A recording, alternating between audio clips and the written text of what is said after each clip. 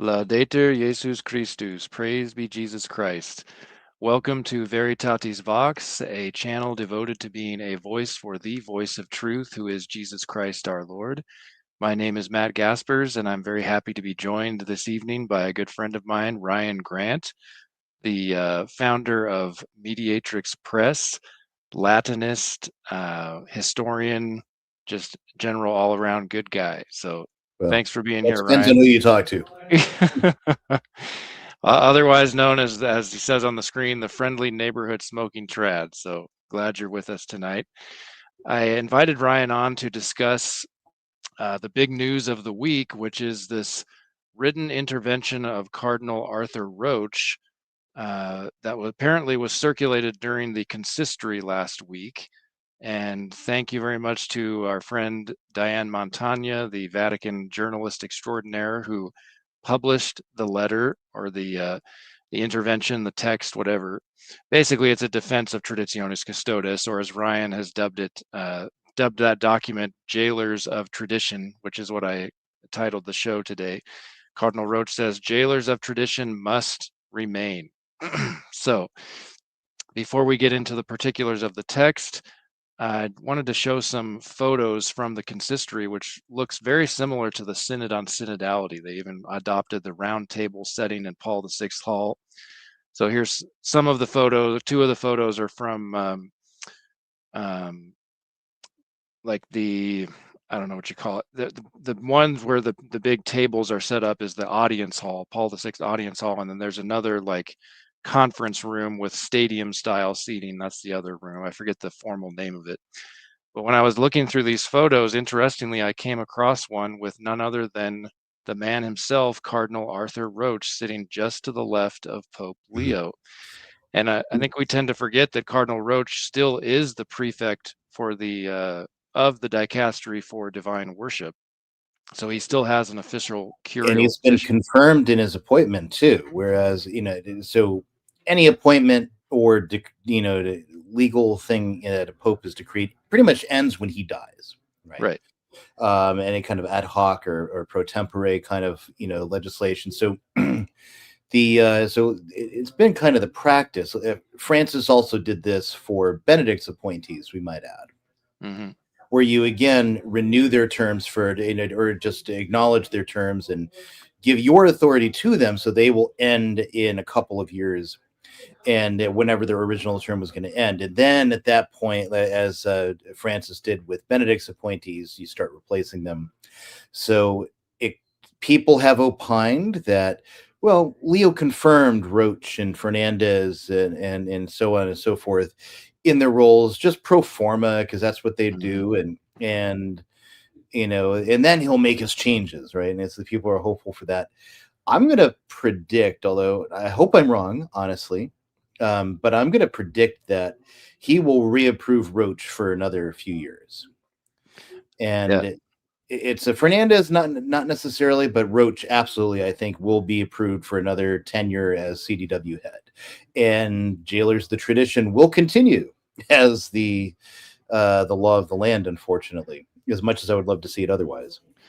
Yeah, I tend to agree with that. And I think Roche's text, which I find very hard to believe that Leo did not, at least even if he didn't like, line by line review the text in minute detail and approve it, I would guess that he either asked Cardinal Roche to prepare something of this nature, and maybe gave it a general overview or, general skim through before it was distributed. And I think certainly it would not have been distributed at the consistory without the permission of Pope Leo. I think that's a given. This is not something that Roche did on his own authority, and it's not something he could have done, honestly, without Leo's approval, at least. But I think what you laid out, what you just said a minute ago, is actually more correct. I think that even if he didn't read the text per se, I think that Leo asked Roche to write this document for the synod. There were reports and that people were asking to talk about liturgy. He met just in the fall with Bishop Schneider, who asked him to address The issue of jailers of the tradition. He didn't call it that. I wish he did, but I think this is the response to Schneider. I think you could very well be right about that. Yeah, so just to briefly recap, I think we learned late in 2025, I forget when exactly, maybe in like mid-December or something, might have even been earlier than that, that a consistory, which is basically just a meeting of the cardinals in Rome with the Pope, it's something the Pope convenes. It can be done either to create new cardinals or just to meet and discuss various topics, agenda items, whatever. So it was eventually came to light that the 4 topics that were going to be discussed, and I think this was this was mentioned by Pope Leo in a letter that he sent to the cardinals that was reported on by an Italian journalist. I forget the name. But the 4 things that were going to be discussed, I think, were, let me see if I can find it here. Oh, yeah. So the Pope Leo wanted them to review two of Pope Francis's documents, his first text, Evangelii Gaudium, and then also the Predicate Evangelium, which was the apostolic constitution by which Francis reformed so-called the Roman Curia a few years ago. And then they were also going to examine the synod, the recent synod and synodality in general. And then finally, they wanted to discuss the liturgy. Apparently, Pope Leo wanted to, and quote, an in-depth theological, historical, and pastoral reflection in order to retain sound tradition and yet remain open to legitimate progress. And that's apparently a quote from the Vatican II Constitution on the Liturgy Sacrosanctum Concilium, Article 23. So that's kind of the background to this news. And then a few days after, let's see, I think it was over the weekend, a reporter for the Catholic Herald, Niwa Limbu, apologies if I didn't pronounce the name correctly, was doing some reporting on what they. Honestly, I don't know if this is a man or a woman by the name. I'm not sure. But this reporter was reporting on what they saw and some conversations they had after the fact with or during the consistory with different cardinals. And let me see where he or she quoted. What does it say here? Let me just find this real quick here.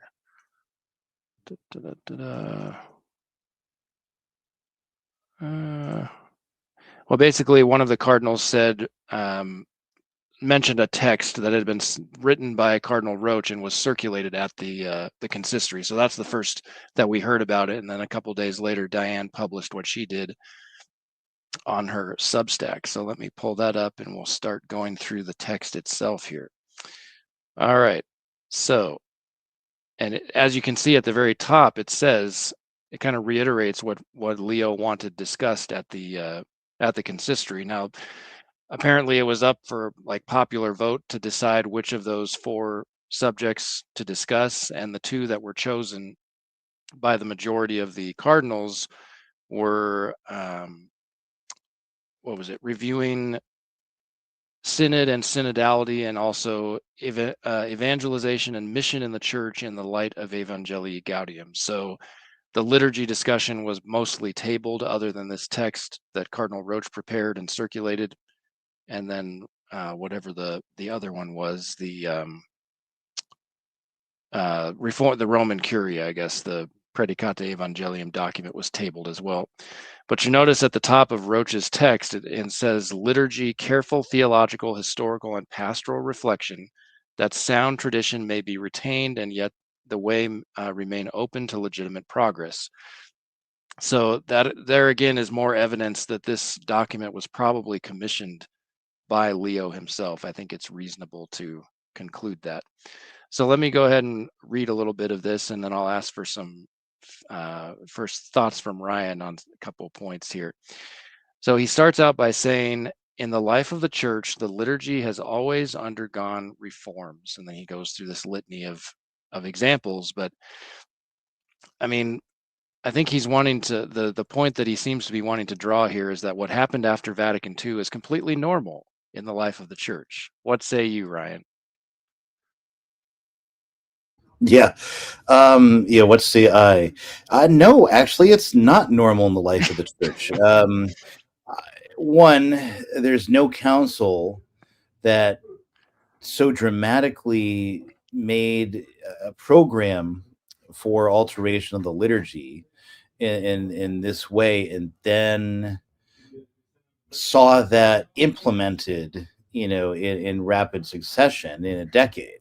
Um, Trent, has some things to say on the liturgy.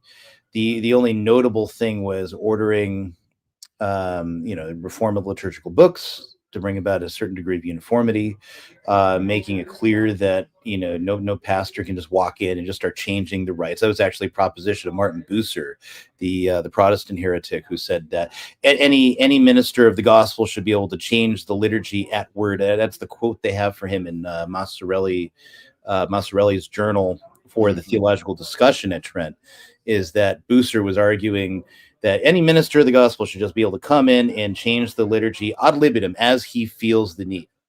And so that's why Trent responds in canon session 7, canon 13. I always get flip those around in my head, or say at 14 when I mean at 13 or what have you. That again, it can absolutely get anathema on that proposition that any Mm-hmm. priest can just start remaking the liturgy, right? But that was already pretty much a Catholic principle anyway. Right. You didn't see that kind of change happen. It was about somewhere 7-8 years where they finally put in quo primum, and then that and quada nobis on the breviary. They're twin documents. They're always considered together by Mm-hmm. liturgical theologians. They finally come in, and so what did they do?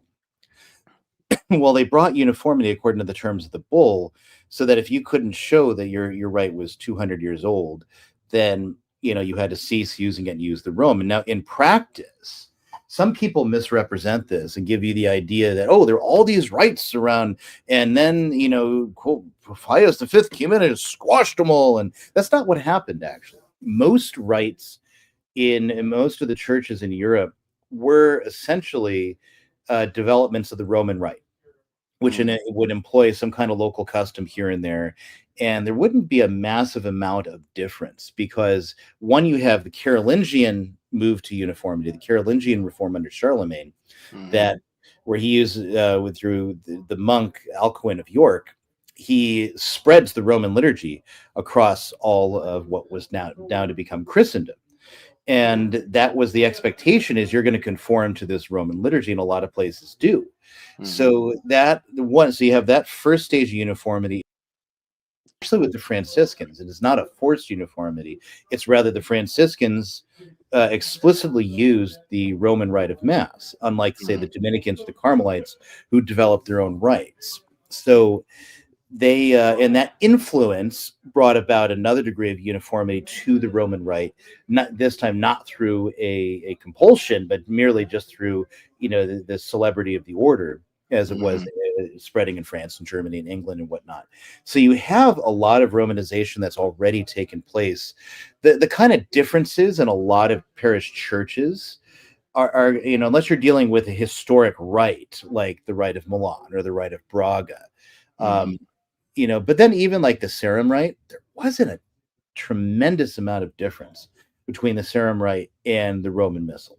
Things that you're not going to see, like prayers at the foot of the altar, that develops specifically in the Roman court liturgy. You don't see that, around Europe per se. Most masses would start, the bishop would come out and start with the Confiteor. Yeah, Mm-hmm. that's normally the sign of the cross and the Confiteor. That's typically what you're going to see.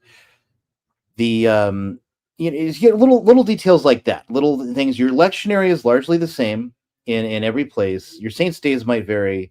Um, you don't all not all places have the last gospel. That actually came from France. That actually came from Languedoc, and that Mm-hmm. was inserted against the Albigensian heretics, so that the gospel of the incarnation would be read every single mass, and it was triumphantly sung in Languedoc. So when it enters the Roman liturgy, it actually becomes a very quietly read gospel after a solemn mass, which you still see today, actually, where the Mm-hmm. priest, silently reads it, and then the choir will begin the recessional and what have you. Um, But you wouldn't have seen that all over Europe. Germany, they dated their Sundays after the Trinity rather than Sundays after Pentecost. There's a few, these are all like little things that become very minor. Let's put it this way: there's less distinction and less difference in the masses commonly set around Europe, from Poland to Germany to France. There's fewer differences in those masses and the Roman Rite than there are today in the Novus Ordo place to place. Right. Something that's big. Yeah. So something that always makes me chuckle in regard to his point number 2 on this sheet. Let me scroll down a little bit here. So, and this is something that Pope Francis himself did in his letter to bishops that was attached to Traditionis Custodes. This claim that what Paul VI did after Vatican II is the exact same as what Pius V did after Trent, when it's actually the exact opposite. St. Pius V, after the Council of Trent, and he was doing it on, the council, as you mentioned, did, call for a reform of the liturgy, but not in the sense of a liturgical revolution, which is what happened after Vatican II. Essentially, as I understand it, Pius V and the liturgical commission that came from the Council of Trent were simply codifying and basically canonizing the ancient Roman liturgy. In other words, they were preserving the authentic tradition of the Roman Church and getting rid of novelties. After Vatican II, the exact opposite happened. It was all about the introduction of novelties, right, into the liturgy. And we could debate the perennial debate: is it the documents, or is it the abuse of the documents, or the failure to observe it? We could talk about that. I think I'm not sure if it was Don Malcolm Reed or if it was someone else who wrote an article about how the Novus Ordo represents not following the Second Vatican Council. Whatever debate you want to have about that, I think it's kind of irrelevant. The liturgy that we saw claims the authority of the council. Pope Paul VI promulgates it with the authority of the council, and therefore it's very simply, it's one thing to point to Sancrosanctum Concilium and say, well, why don't we have these things that seems the council called for that we don't have? But really, it's kind of a distinction without a difference at this point. So wherever you want to lay the blame. And so, and again, the missal of Pius V is identical, in almost every possible way, with the Roman missal published in Florence in 1474, the very first printed missal. And there's minus the one or two things in rubrical changes. It's exactly the same. Okay, and as I mentioned, imposing this on Europe means getting rid of some local customs. The way you're accustomed to ordering, like Sundays after the Trinity now becomes Sundays after Pentecost, and a few readings realign that might have been misaligned because of a big Saint's Day or something, and what have you. That's kind of like very minor, and it's all about, like you said, stopping novelties, stopping somebody of reformed opinion, which was a polite way of saying he was a bloody Lutheran, from inserting some kind of heresy into the liturgy, unbeknownst to his peers. So right. That was the whole principle and point why this was done. But there's a lot of smoke and mirrors, both with the first and the second paragraph. What Roche is trying to do is like deliberately talking about like all reform, and Vatican II is just like all reform, which is not. And he's basically trying to say that the fact that the liturgy has changed from one time or another would establish that every change is the same species and the same legitimacy, and which is absurd, of course. It's just go back to Cardinal Ratzinger, who called the new Mass a banal on the spot product, right? It's because the Novus Ordo, we have the Pauline Commission that Bugnini was the undersecretary for. And we have Bugnini's account of how many of these things happen. We have Bouillet's account, who was also part of this process, Louis Bouillet. We have testimony from figures like Joseph Gilnow, or Gilnew. I'm sorry, if anything comes up that's French, I'm sorry, Francophones, part of you might die listening to me say it. So I'll do the best I can with any French that comes to mind. But yeah, we know what they did. It was basically a committee endeavor, and now liturgical scholarship is easily able to show that the scholarship involved in making the Novus Ordo was really lackluster. In fact, it was really shoddy. Mm-hmm. So you have this committee-directed process versus what had happened before, which was, examining, the roots, mostly for saints' days, really more than anything else, and taking out anything in the mass that didn't seem to belong there by imposing the Roman rite, right? And so something that already was in use from time immemorial had developed, of course, over time. Mm-hmm. But just because there is liturgical reform doesn't mean all reforms are the same. Some reforms are not as good, and we know this in the history of the church, where you have, in a famous example, Pope Urban VIII changed, hymns into the breviary and the Roman breviary, all these classicized hymns, got rid of the medieval hymns, which the classicists and the Jesuits couldn't stand. And he was really good friends with the Jesuits. So he got them to monkey around with the hymns. And now you have these absurd things like From the Summit of High Olympus and things like that as like a metonym to express heaven, but using these classical orthographical terms that just like, seriously, some of them are really absurd. And if people weren't happy about it at the time, even the 1911 Catholic Encyclopedia article says this reform stands condemned amongst liturgists, and Pius X was urged to restore the hymns. Mm-hmm. Right? And so, again, not all liturgical reforms are of the same, legitimacy. So sometimes you have manufactured reform, and it has to be, it might get popular for a while, and it has to get put down. Again, music leading up to the Council of Trent, music in the Renaissance was an utter cacophony of experimentation, and sometimes you have absolutely gorgeous, soul-shaking polyphony from someone like Josquin des Prez or Thomas Tallis, or they're trying to think of other pre-Tridentine examples that survive to us today that are truly wonderful, and the culmination of the Roman school with Palestrina. But a lot around Europe, you have a lot of cacophony in your music, and you have this proliferation of sequences. In Latin, they're called prosae, which, just like the sequence you get at Easter or at Christmas, right before the proclamation of the gospel.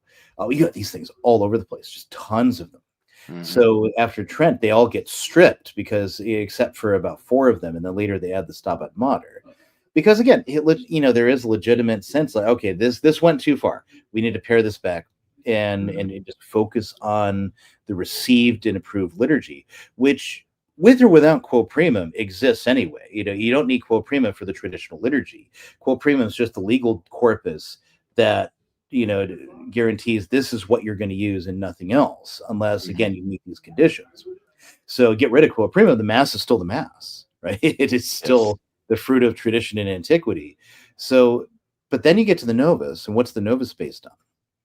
Really shoddy 1970s scholarship, and that's the thing that they want. It basically like antiquarianism that Pius XII condemned in Mediator Dei. That's absolutely, it really is that. But when you get to it, because you get where some PhD on the Pauline Commission said, "Oh, look, in the early church, the faithful brought up the altar breads, and that got replaced with offering the first fruits when altar societies took over. Well, why don't we restore that ancient thing by having people do something that resembles nothing like it, just picking random people out of the congregation and having them bring up the bread, which some altar society made, and having them handle the sacred vessels, which never would have been done. No, it's all 100% novelty that exists in the mind of this PhD that is now foisted on the whole church, and that's nothing more than his idea of what happened or what should have happened.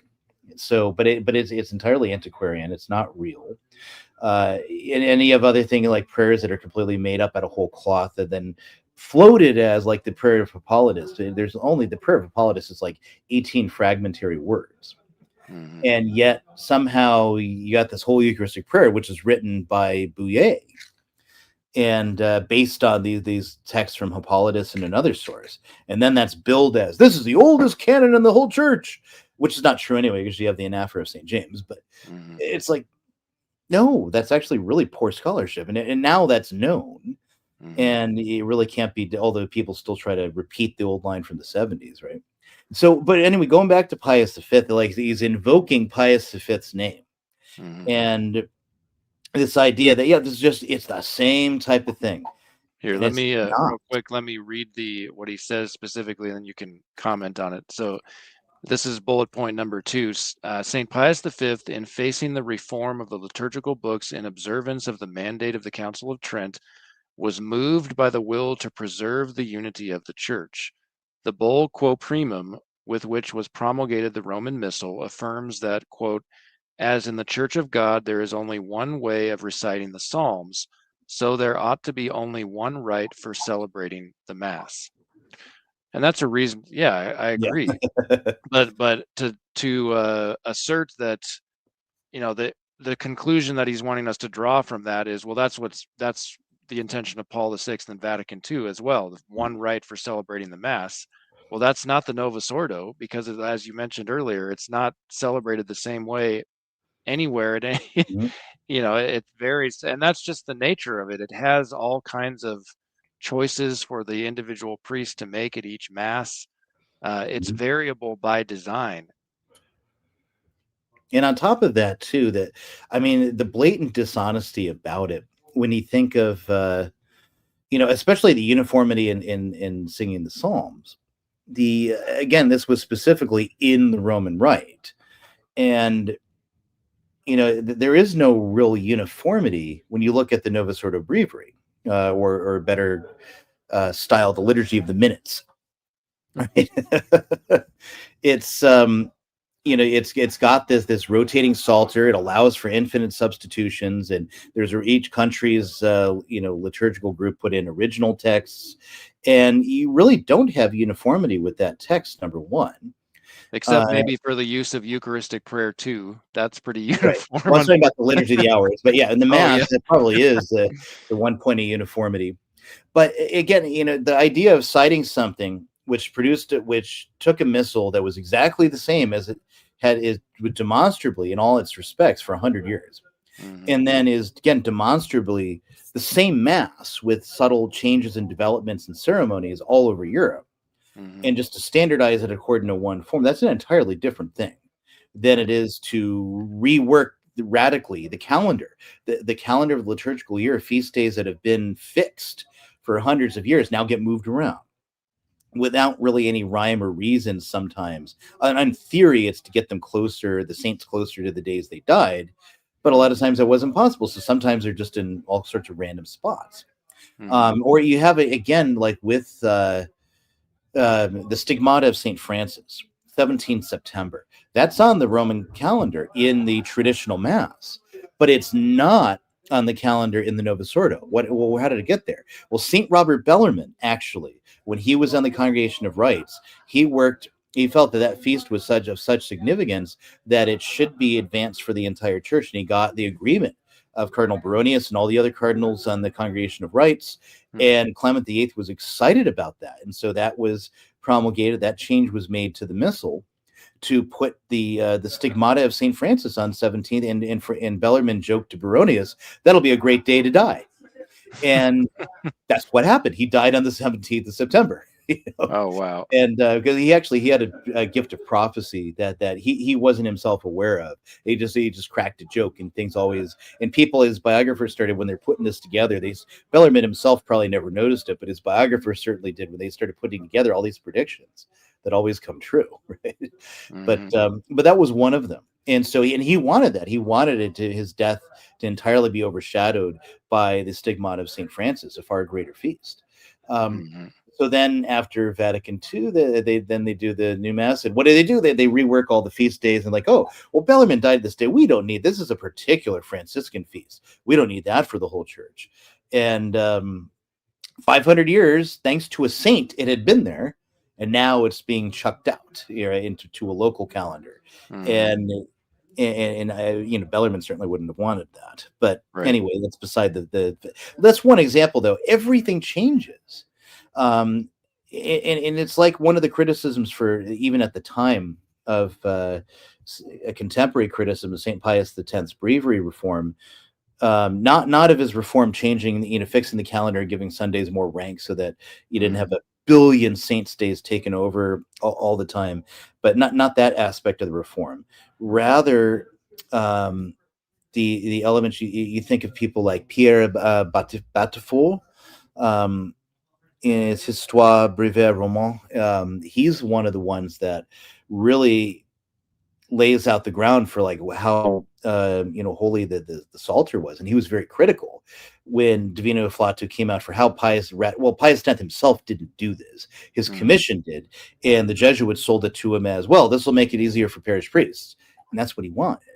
So he published it but it was really without precedent what was done to the Psalter under Pius X, because it really is kind of a run through for the Novus Ordo. You look at the Novus Ordo. Well, you've got your penitential rite, your Kyrie, you've got your Gloria, you've got a creed.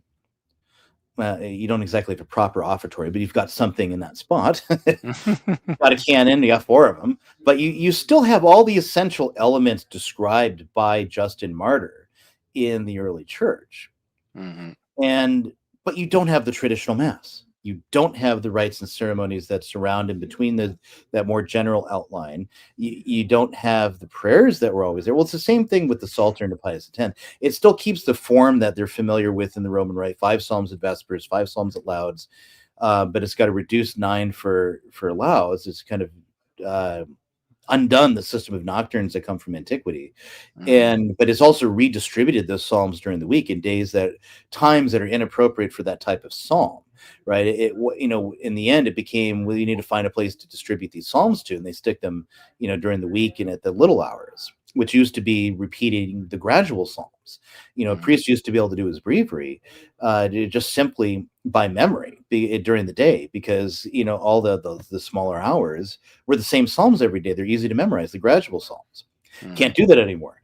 It's a similar thing with the Novus Ordo. You've got this outline skeletal structure, but you've stripped it away of so much that comes from antiquity, prayers from people you don't even know their names, right? And and this is like the criticism that like I said, Battefour, and there's someone else too, big critic. Pius Parche comes to mind. Yeah, Pius Parche actually was critical of the change of the Psalter under Pius X. And it is said because they used to be thought that the Psalter itself was untouchable, as in that order and distribution of the Psalms. If you can do this, you could change anything. You could even change the canon, which was like unthinkable. And well, let's look 40 years down the road, exactly that happens. Right. Let's look at, I think we should spend a little time on this point number 4, because Cardinal Roche is getting into the nature of tradition, and that's been a contentious issue since Vatican II, because Vatican II, the dogmatic constitution on divine revelation Dei Verbum, makes use of the term living tradition twice in that document. And that's kind of slippery language. It can easily lead to modernism, the evolution of dogma and all that stuff. So let me read what he says here in number 4. Besides, and then he quotes from a speech, a general audience of Benedict XVI in 2006, since, quote, tradition is not the transmission of things or words, a collection of dead things, but the living river that leads us to the origins, the living river in which the origins are ever present. Roche says we can certainly affirm that the reform of the liturgy wanted by the Second Vatican Council is not only in full syntony or harmony with the true meaning of tradition, but constitutes a singular way of putting itself at the service of the tradition, because the latter is like a great river that leads us to the gates of eternity. First of all, the claim that he's saying we can affirm that the reform of the liturgy wanted by Vatican II is in full harmony with the true meaning of tradition. Well, first of all, what is the true meaning of tradition? Has Cardinal Roche, for example, read this book that you publish at Mediatrix Press? Let me take his text off. Actually, no, it's Father Ripperger's Press. Right. I don't have that, actually. Sensus Traditionis, but this is Cardinal Frazelin's treatise on divine tradition where he gets into the nature of tradition. And I was reviewing the text earlier today in preparation for the show, and he goes into the different types of tradition. Not all tradition is divine tradition, like, directly from God. Fraslin explains there are three basic types of tradition. Divine tradition is constituted by doctrines, precepts, and commands which have been immediately revealed and ordained by God himself. I think, as Trent and Vatican I say, either from the mouth of Christ or by inspiration of the Holy Ghost, something to that effect. And then Fraslin says, number two, still another distinction should be declared between divine tradition, namely divino-apostolic, and tradition which is simply apostolic, presented to us as a fitting double office of the apostles. So divino-apostolic would be those things inspired by the Holy Ghost directly, and then other things, simply coming from the apostles, but they still are, the ambassadors of Christ, and have the authority to do that. But then he gets into, he says, matters of divine tradition cannot differ in different churches. Oh, wait, I'm reading it from the wrong spot here. Let me get to the third one. He says, so the third category of tradition is ecclesiastical tradition, and that pertains to institutions legitimately handed down after the time of the apostles. This can be tradition of particular churches or of the universal church.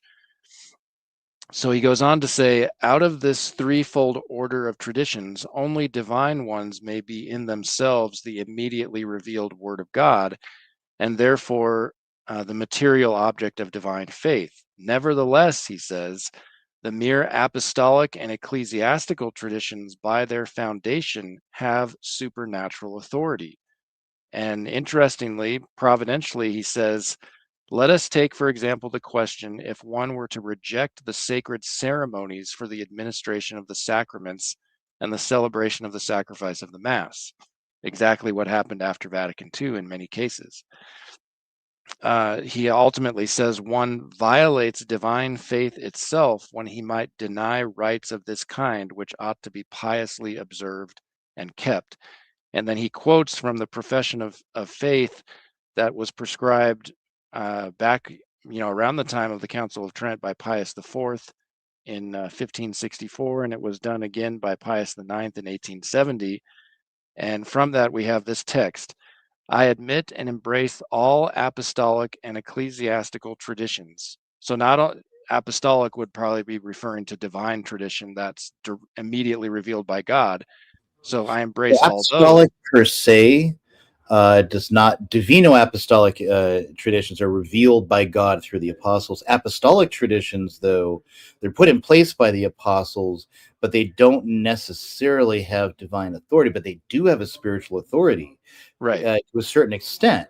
Because then Right. there's other, like the apostles have another tradition they put in in Scripture, actually, not to eat anything containing blood or animals that have been strangled.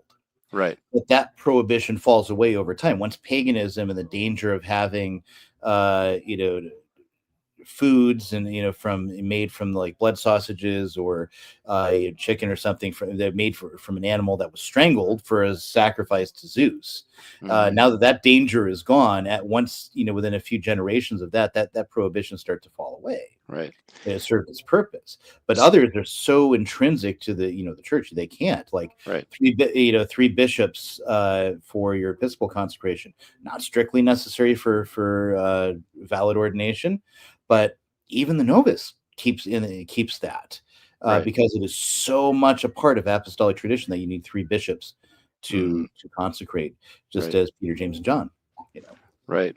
So the fact that Cardinal Fraslin quotes from this profession of faith, which was made first and foremost by the Pope himself, the Pope, in the first place, is the one saying, I admit and embrace all apostolic and ecclesiastical traditions and the rest of the same constitutions and everything else kept by the Church. And it goes on, I accept and admit those things received and approved by all Catholic rites and all the solemn administration of the sacraments.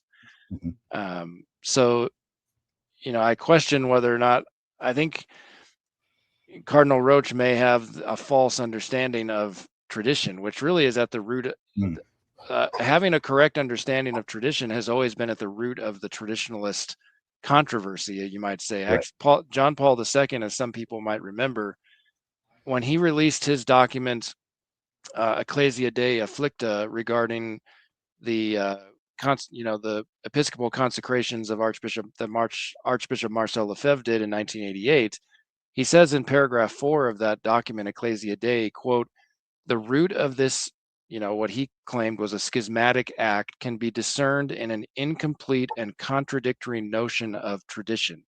Mhm, Incomplete, according to JP2, because it does not take sufficiently into account the living mhm, character of tradition." right.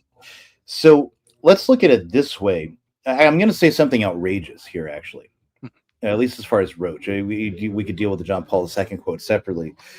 Roach, I would argue, has the right notion of tradition, but he has the wrong source. The source is Vatican II, the new Pentecost. That's the source of living tradition.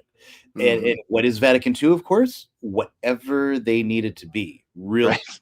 It's this seminal archetypal event in their heads that transcends whatever happens to be in the documents. And sometimes it is in the documents, and sometimes it's not. And so it needs to be, well, the church went this way, so that's a sign of the Holy Spirit, right? Because we all went this way, even though it was kind of engineered by people very enthusiastic to push these things, around the world. But the other thing is, so Roach wants to stick to this metaphor of the living river for tradition. Mhm. All right, well, if you're going to do that, we're going to hold you to this metaphor. Namely, what does a river have? A river has a source, a font, as it were. It has banks, things that rudder it, that guide it Mhm. along a path, right? And so if the river overflows its banks, it causes devastation. It destroys houses, churches, when you apply it to reality. Mhm. It, it needs to be guided in its course by its banks, and it's coming from a font, from a source, right? And of course, he cites Benedict, which is hilarious because Benedict had his understanding of the traditional masses. This was sacred for generations. It needs to be sacred for us too. Mhm. Now, and I'm not going to get here and do a eulogy, try to canonize Benedict, because I actually think Benedict and Francis and Leo all believe the same things. It's just Benedict had a better aesthetic than Right. Francis and didn't actively hate a large part of the church. So, but just the same, it's a you know his metaphor doesn't work specifically because they did not preserve the texts, the gestures, the rituals, that is the banks of the river. Mhm. Okay. And so, in the idea that basically, as long, what is the living tradition if you've gotten rid of all the banks, you don't have a river anymore. You just Right. have this body of water going in all directions that eventually works itself out, is no longer a river. So that's really part of the problem. If you want to use the example of a river, well, you're going to be stuck with that, right? And I then think you know, living tradition. We come back to that scriptural, notion like living waters, zoe in Greek, right? Living. Well, that's a double entendre, and likewise in Hebrew, ruah, right? It's flowing like the river flows, and mhm. it's called living water because it's flowing. What happens when it stops living? It stagnates. But the way that they're trying to use this is that if you're not always moving, then you're going to have stagnation. That's their idea. I think another crucial distinction that Cardinal Fraslin brings up, and it's also in this excellent book that Father Ripperger actually wrote a foreword to years ago, Tradition and the Church, by Monsignor Agius, I think was a classmate, if I remember correctly, of Pius XII. Mhm. I want to read the definition that Monsignor Agius gives of tradition in his book. I have it on my screen here. The proper source of revelation is the Word of God, which is both written and unwritten. The written is contained in Scripture, the unwritten in tradition. So first and foremost, when we're talking about tradition, we're talking about divine revelation. This is something that comes immediately from God. Therefore, it is by its nature immutable. Uh, so what we're saying, let me go on with this definition he gives. When we speak of the unwritten word of God, we do not mean that it has never been written, but that it was never written by the man to whom God revealed it. It was committed to writing afterwards by his disciples or by others who heard it from his lips. Basically, he's talking about the early church fathers, especially those who succeeded the apostles in the episcopate. But then he gets to the, breaking down what tradition is more specifically. He says the word tradition, which is from the Latin tradere, to deliver, considered in its object, means whatever is delivered or transmitted. In this sense, it is called objective tradition. If we consider, however, the act or the way and the means by which an object is propagated and transmitted, this is called active tradition. So in other words, tradition consists of, number one, the objective content handed on, which is primarily, the word of God as revealed to the apostles, but also these sacred rituals that they would have received directly from Christ and those which were inspired by the Holy Ghost after our Lord's ascension. And then you have, number two, the living subjects established by God to hand on that content, namely the apostles and their successors in the episcopate. But it seems to me that men like Cardinal Roche, and I think probably also Benedict, certainly Francis, and I would wager probably Pope Leo as well, they tend to emphasize the living subjects who are doing the handing on more than the objective content. And they think as long as the living subjects who were established by God to hand on the content, as long as it's coming from them, then it somehow qualifies as tradition, living tradition, regardless of whether or not what they're handing on conforms to the objective content of tradition itself. Does that make sense? I think they're putting in other words, they're prioritizing the active tradition as Monsignor Agius and Cardinal Frazelin define it, rather than the objective tradition, which is the objective content they're supposed to be handing on, including the rights, the received and approved rights of the church. What do you think about that? Well, I think there's another thing too. Like there's this constant appeal back to, back to Sancrosanctum Concilium, and this, again, the dynamic vision, because he keeps going back to Sancrosanctum Concilium number 23, Mm-hmm. and it's trying to create this appearance that, see, we're rooted in the council, right? We've got this balance here that he's talking about in number 5. But the question is not whether tradition and progress should coexist, but really whether, this coexistence is found in the new right, in everything that happened after Vatican II. And you can appeal to it, and they keep appealing to it, but and it is allowed. I think it's fine that you're talking about, tradition and progress do exist in culture and in society as well as in the faith, because you have to have progress, because human beings live in time and reflections and moods change. And so there will necessarily be progress, but it's like, so if we're not constantly changing things, we're not having any progress. And that's absurd, of course. The saints, there's a progression in society and human culture. We still have the Mass. And, by and large, the Mass is the same, from Gregory the Great to Pius V to us for the traditional Mass. Again, mutatis mutandis, a few minor ceremonies, it's still the Mass. After Vatican II, with the reforms that they enacted, it is no longer the Mass. That's the problem. That is basically doing the very things he says that you can't understand, that you're making tradition and progress separate visions, separate actions. Mm-hmm. And so, tradition has now become whatever we define it on the way to progress. But we're going to appeal back to Vatican II to say, hey, look, we're there. But come on. I mean, when you drop 80% of the prayers that have been known to Catholics, many of which Pope Leo the Great in the 5th century called ancient by his time, and you're going to drop, pretty much abandon Latin altogether. even though that's not what the council called for. That's what you got. Mhm. And you're going to get rid of, you're going to reorient the prayers. You're going to get rid of offertory prayers that have been used for 1,000 years and replace them with Talmudic meal prayers that have zero, and I mean zero, provenance in any Catholic liturgy in the entire world. Right? I mean, at least if you brought in an offertory from Eastern Rite or something, you've got something that's been used in a Catholic rite before. You've got these totally made up Talmudic prayers that have been repurposed slightly, but are basically the same as the prayers that most Jews have in their Book of Life that come from the Talmud, and that for reciting over a meal. And that's what you have for your offertory now.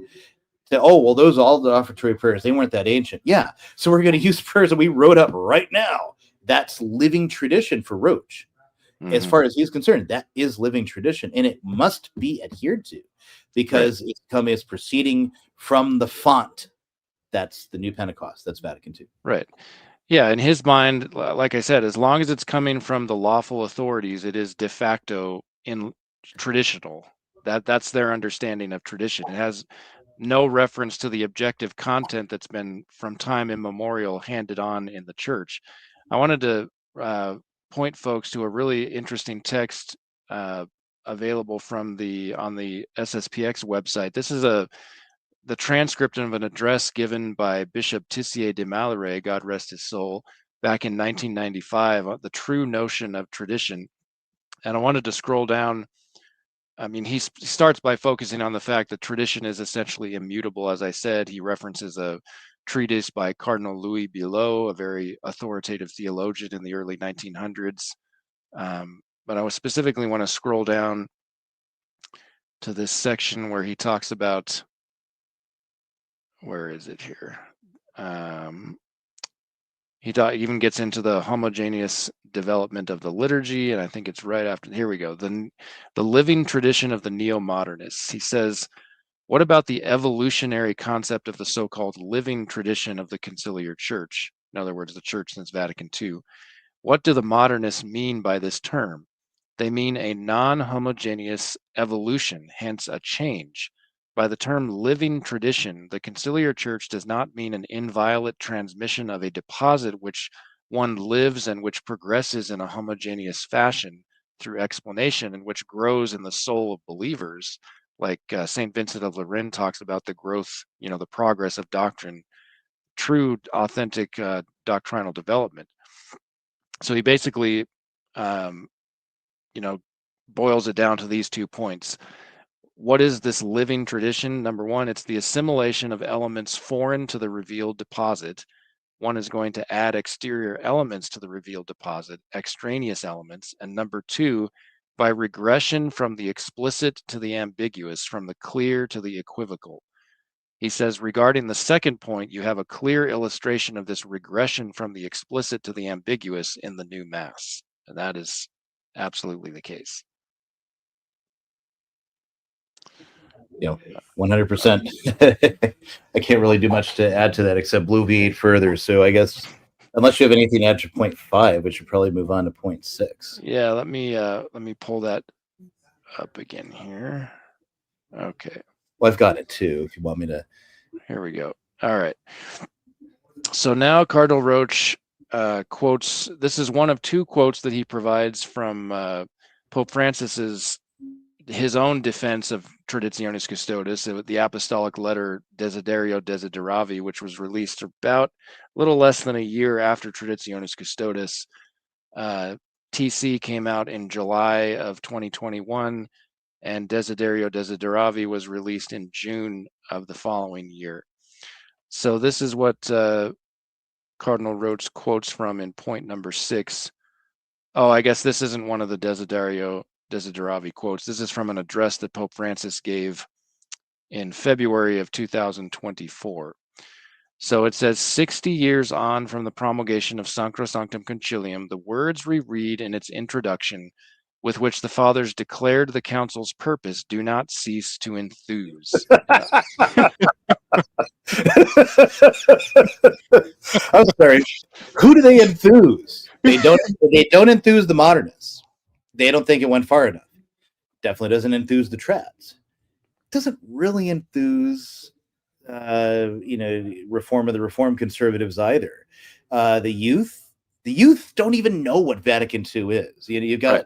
got, the gripers and the Gen Zs that'll be like, oh yeah, Vatican II is based, because they're like picking it up um, like a little political football, but they don't seem to know a whole lot about it. Right. And Right. then, but ultimately they don't really care about it. Let me just Nobody read really the cares about open. Let me Vatican II. read the That's the boomer. text that Cardinal Roche or Pope Francis Yeah. was talking about. This is what paragraph 1 of Sacrosanctum Concilium says. This sacred council has several aims in view. Number 1, it desires to impart an ever increasing vigor to the Christian life of the faithful, while it's failed miserably on that count. Number 2, to adapt more suitably to the needs of our own times those institutions which are subject to change. That's where the liturgical revolution comes from, basically. Number 3, to foster whatever can promote union among all who believe in Christ, ecumenism. And number 4, to strengthen whatever can help to call the whole of mankind into the household of the church, interreligious dialogue. The Council therefore sees particularly cogent reasons for undertaking the reform and promotion of the liturgy. So, what I take from that basically is that the reform of Vatican II was based primarily on ecumenism and interreligious dialogue. And I think that's evident in the text of the Novus Ordo. The most prime example being the Reformed Good Friday prayers, because there's no way that based on that criteria and based on the ecumenism and interreligious dialogue of the council, there's no way that they could retain the traditional Good Friday prayers in Yeah, which no, we pray for the conversion of heretics, schismatics, right. Jews, pagans, etc. There, and the thing is too with that one, there is nothing in the earliest. Like, you look at Egeria's pilgrimage. She was a Spanish anchorite that went to Jerusalem to in the early church, and was part of the Holy Week ceremonies there. You get what she wrote about, everything she relates. The extracts that have survived about the Holy Week liturgies in both East and West. There is no precedent for what they've got in the Novus Ordo at the present. Really none. It's just like a discount version from the traditional mass structure, but then moved on to entirely altering all these prayers to being what they've got now. It's, Mhm. but then, what was that? The fellow at Taizé, that interfaith ecumenical community, Brother Roger, right? Yeah, yeah, yeah. He said that no Protestant should quibble about using, the Novus Ordo. I mean, it's a bit of an exaggeration, because I know a few Calvinists that would definitely quibble about the Novus Ordo, but then again, probably because it's too liberal. Well, here I'll give you a prime example of that. So both my wife and I are cradle Catholics, Mhm. but my wife's mother is a cradle Catholic. Her father, God rest his soul, was I think he was Methodist, if I remember correctly.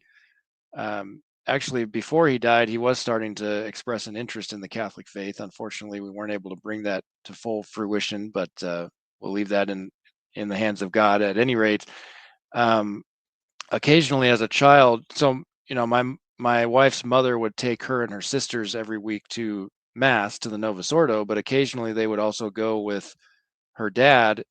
They'd go to mass, but they'd also go to the Methodist service. And as a child, my wife could not tell the difference between the two. That's how similar they were. And I don't think that's an isolated case. I think a lot of people could testify to that. That it's the Protestant services are very similar to the Novus Ordo. It's ecumenical. That's how it was designed.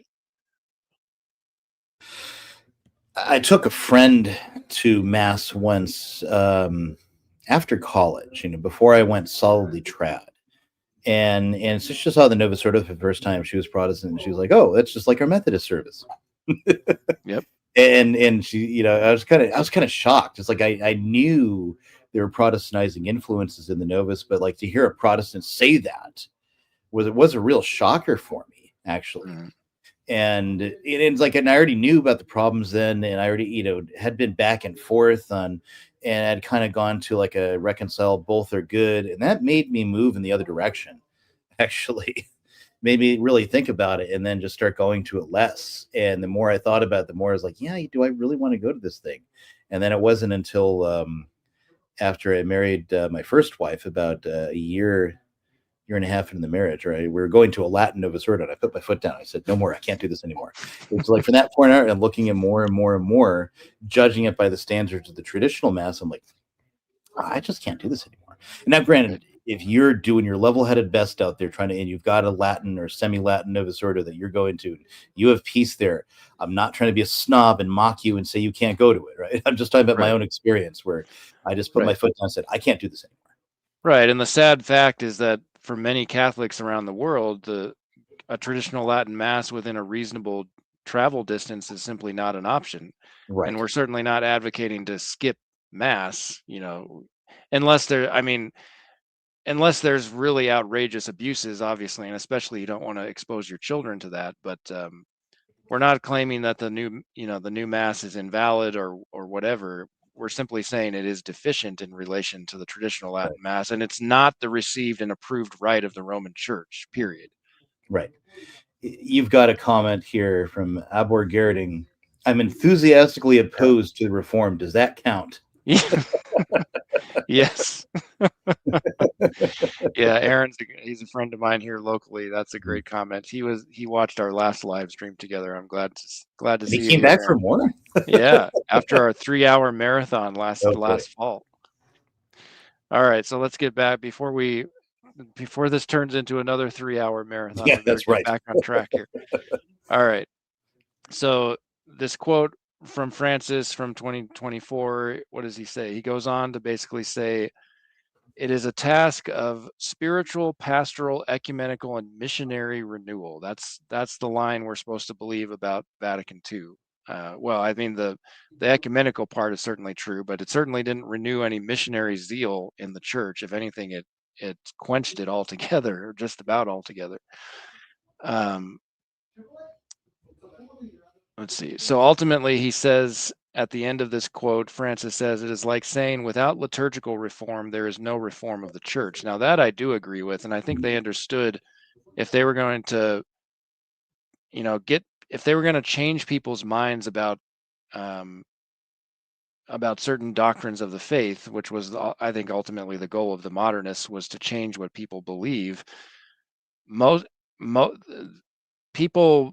Most people come to know the faith not through copious study or whatever. It's through their experience of the Mass every Sunday. That's where the faith is inculcated in them, or fails to be inculcated. The old saying, lex orandi, lex credendi. The law of prayer is the law of belief. Right. So I think that's why the modernists understood if they wanted to change what people believe, they had to change the Mass. They had to change the liturgy. Because as you said earlier, especially with the young people, they don't even know what Vatican II is. They might not have even ever heard of it. The average teenager who attends the new Mass probably hasn't ever even heard of Vatican II, but they're experiencing it every Sunday when they go to the new Mass, basically. Do you know what Vatican II sounds like to the average youngin? It's worth checking out if you haven't. Beavis and Butthead, the creator, Mike Judge, he did an episode of them where they go on like a redemption arc of some sort and try to become slightly better human beings than the disgusting, horrible teenagers they are. And he has them go into a church, a Novus Ordo Catholic church, and have a discussion with like a boomer John Paul II priest who's just like waxing poetic about all these documents. Oh, no, Christi Fidelis Laici. Wow, the wonders of that document. And Beavis is sitting there. What do I have to do to get straight with the big guy? And then he goes, oh, well, we should look at what Vatican II said. He's like, Vatican II, is that where Iron Man kissed that guy's butt? That's what the youngins think when they hear Vatican II or something. It's like some otherworldly thing. And like, what? Unless they're studying theology in earnest and they've been forced to deal with it, they really, that's what it's like. So look that up. Beavis and Butthead talk to via Vatican II priest or Novus Ordo priest. It's hilarious. I'm sure you could find it. I'd play it, but you'd probably get copyright struck. So that is funny. All right, let's see here. What does he say for number 7 here? The The liturgical reform was elaborated on the basis of, quote, accurate theological, historical, and pastoral investigation. I think we've already addressed that point. The scholarship in the concilium committee was very shoddy. Roche says its scope was to render more full the participation in the celebration of the Paschal Mystery for a renewal of the church. And again, that simply hasn't worked out. The new Mass has decimated the church as far as attendance, and really just the spiritual lives of the average Catholic.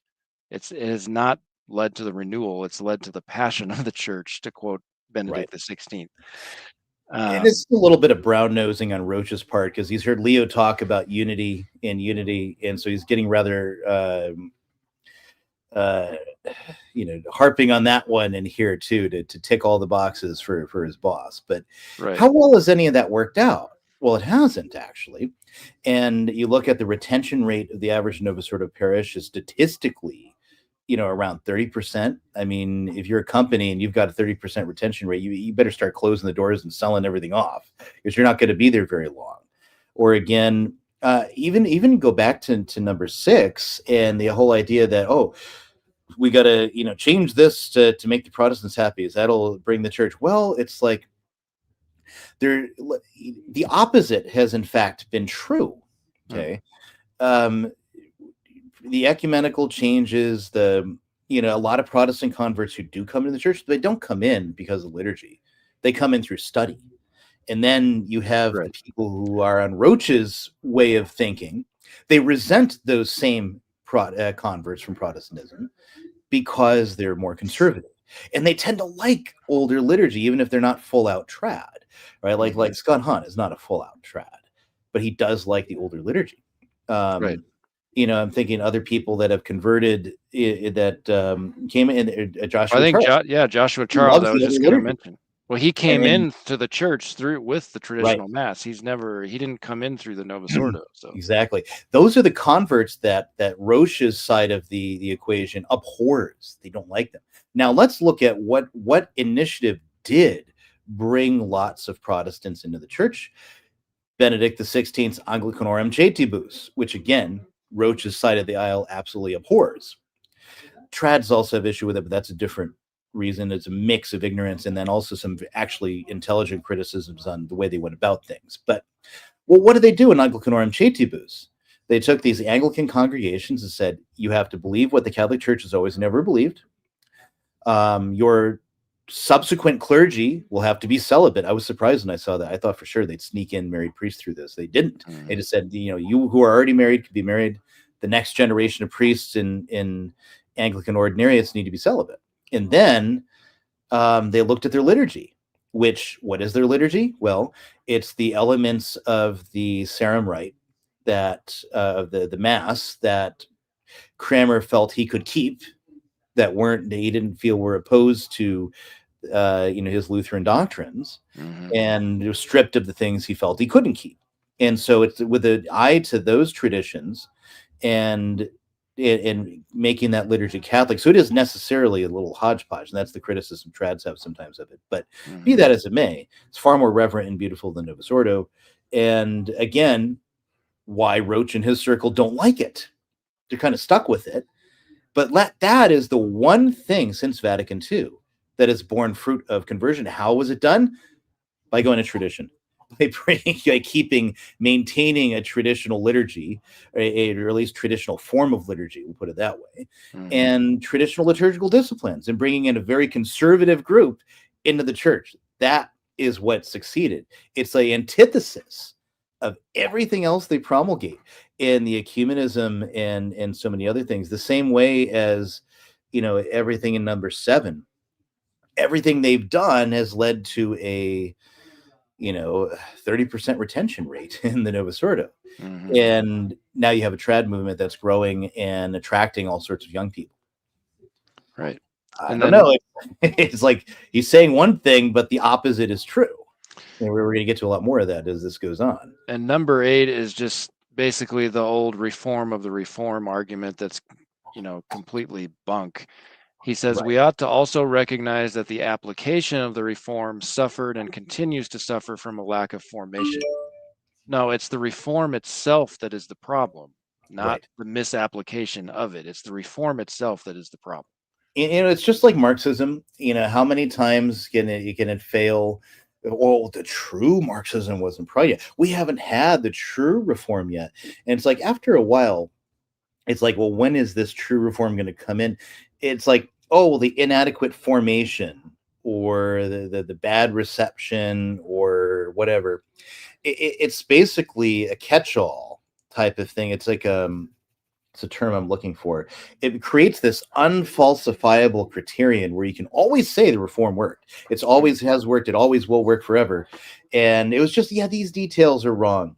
And we're getting into territory. Karl Popper talked about these. Have I mentioned Karl Popper before? It doesn't Here, sound familiar to me. he's one of the big gurus in the mid 20th century on the philosophy of science. And a really important, thinker in terms of the philosophy of science. Not that I'd agree with him on absolutely everything, but one of the things he really focused on is falsifiability. That if you have a theory that's not falsifiable, it's not properly science, right? It can't properly be an area of scientific knowledge. So, and he argues, I think it's in the 60s, I can't remember the year, Conjectures and Refutations. He says, I'm quoting from memory, so I might not have it all right, but it's precisely this fact that they always fitted, that they were always confirmed, which in the eyes of their admirers constituted the strongest argument in favor of these theories. It began to dawn on me that this apparent strength was in fact their weakness. Right? Everything seems to fit, it all seems to work together. But they don't, the predictions, they're not always falsifiable. You can just keep throwing these things in there, and as more people agree with them, then that's called science. But he's arguing that's not actually science. Okay, Right. that's not actual. You have to be able to falsify something. And then there's another category he gets into, and this is blaming the auxiliary, and this is the very thing that Roche is doing here. Okay. Now, if a scientific prediction fails, it is logically possible that you can blame something else other than the core theory, right? And this is, of course, what they do with Marxism. Faulty equipment, error in measurement, in this case, incorrect reception, bad formation, what have you, right? But Popper says, but even here, you can easily jump into is what happens is then as a theory begins to explain everything, it actually explains nothing. And so because it doesn't, it's not even falsifiable. You just throw out things and you're not actually able to solve any real problems. And then when you start coming at criticisms of the theory, oh, it's this and that. So to get around blaming the auxiliary, he posits, all right, but if that's true, that it isn't the main core theory, that is rather this auxiliary thing, then those are testable independently of the core theory, right? So in this case, we can test bad formation, bad catechesis, and outside of that, and is that proposition falsifiable? To some way, and even those become unfalsifiable. It's like, oh well, it's just these things, and those are problems, but are they the problem that made this fail? Or maybe they emanate from the problem. And this is what Popper's getting at when his critique of Marxism, because Marxism, again, Popper, argues that like the earliest Marxist theory was actually scientific because it made testable predictions. But once those all failed, namely like the core tenet in the 19th century is that revolution would happen in capitalist nations. It didn't, right? And so that falsified Marxist theory. But then its followers create these ad hoc auxiliary reasons for why it didn't fail. And that continues even today. True communism's never been tried. Well, theology is a science, and the way in which socially we implement doctrines in the church, that is also a science, and the same principles apply. Right. And so again, always, well, wasn't this, the documents are fine. It was the catechesis, the formation, the culture. Really? Right. Well, the Greek Orthodox, granted, they've got their own problems, but they didn't destroy their liturgy because of the culture. Right. Yeah. Dr. Kwasniewski wrote a really interesting article a year or two ago called Vatican II as Cause of Cultural Revolution, Questioning the Victim Narrative. And he says, in the introduction, it has been fashionable to present the church's leaders in the 1960s and 70s as victims of that period's tremendous cultural change, especially insofar as it prevented the realization of the council's putative promise, what we read from the opening paragraph of Sanctum Concilium, basically. He says the standard conservative account is that Vatican II itself was fine, but then the church got blindsided by the spirit of 1968, the sexual revolution, Mhm. and that threw everything off. But Kwasniewski says the council, or then he continues the conservative line, the council was hijacked and derailed. The world unexpectedly exploded with the sexual revolution after the council and sucked it into the maelstrom. He says, I believe we have every reason to call this narrative into question, indeed, to hold that the opposite is true. It is far more likely that it was Vatican II that precipitated 1968, in the sense that the one institution in the Western world that had unequivocally represented timeless order, stability, tradition, even if people hated it, suddenly seemed to be re-examining everything from the ground up. As a friend of mine puts it, the council, and especially the liturgical reform, betokened a great unfreeze in which all that had been held as sacred, normative, and unchangeable was now up for review, criticism, and revision. I think that's an excellent point that a lot of people don't take into account. 100%. And when you look at, what's one of the things they say in Gaudium et Spes, that we have to read the signs of the times. I think the council was utterly terrible reading the signs of the times, even as they're happening then. Right. Cardinal Ratzinger, Larry Chapp likes to quote this a lot. Cardinal Ratzinger famously said that Vatican II was a council of theologians for theologians, right? Mm. Well, its reception was by boomers for boomers. When you get down to it, I actually have an article that became on Pelican Plus. I would have to get the audio for it on this subject. So how that's the case, but Mm-hmm.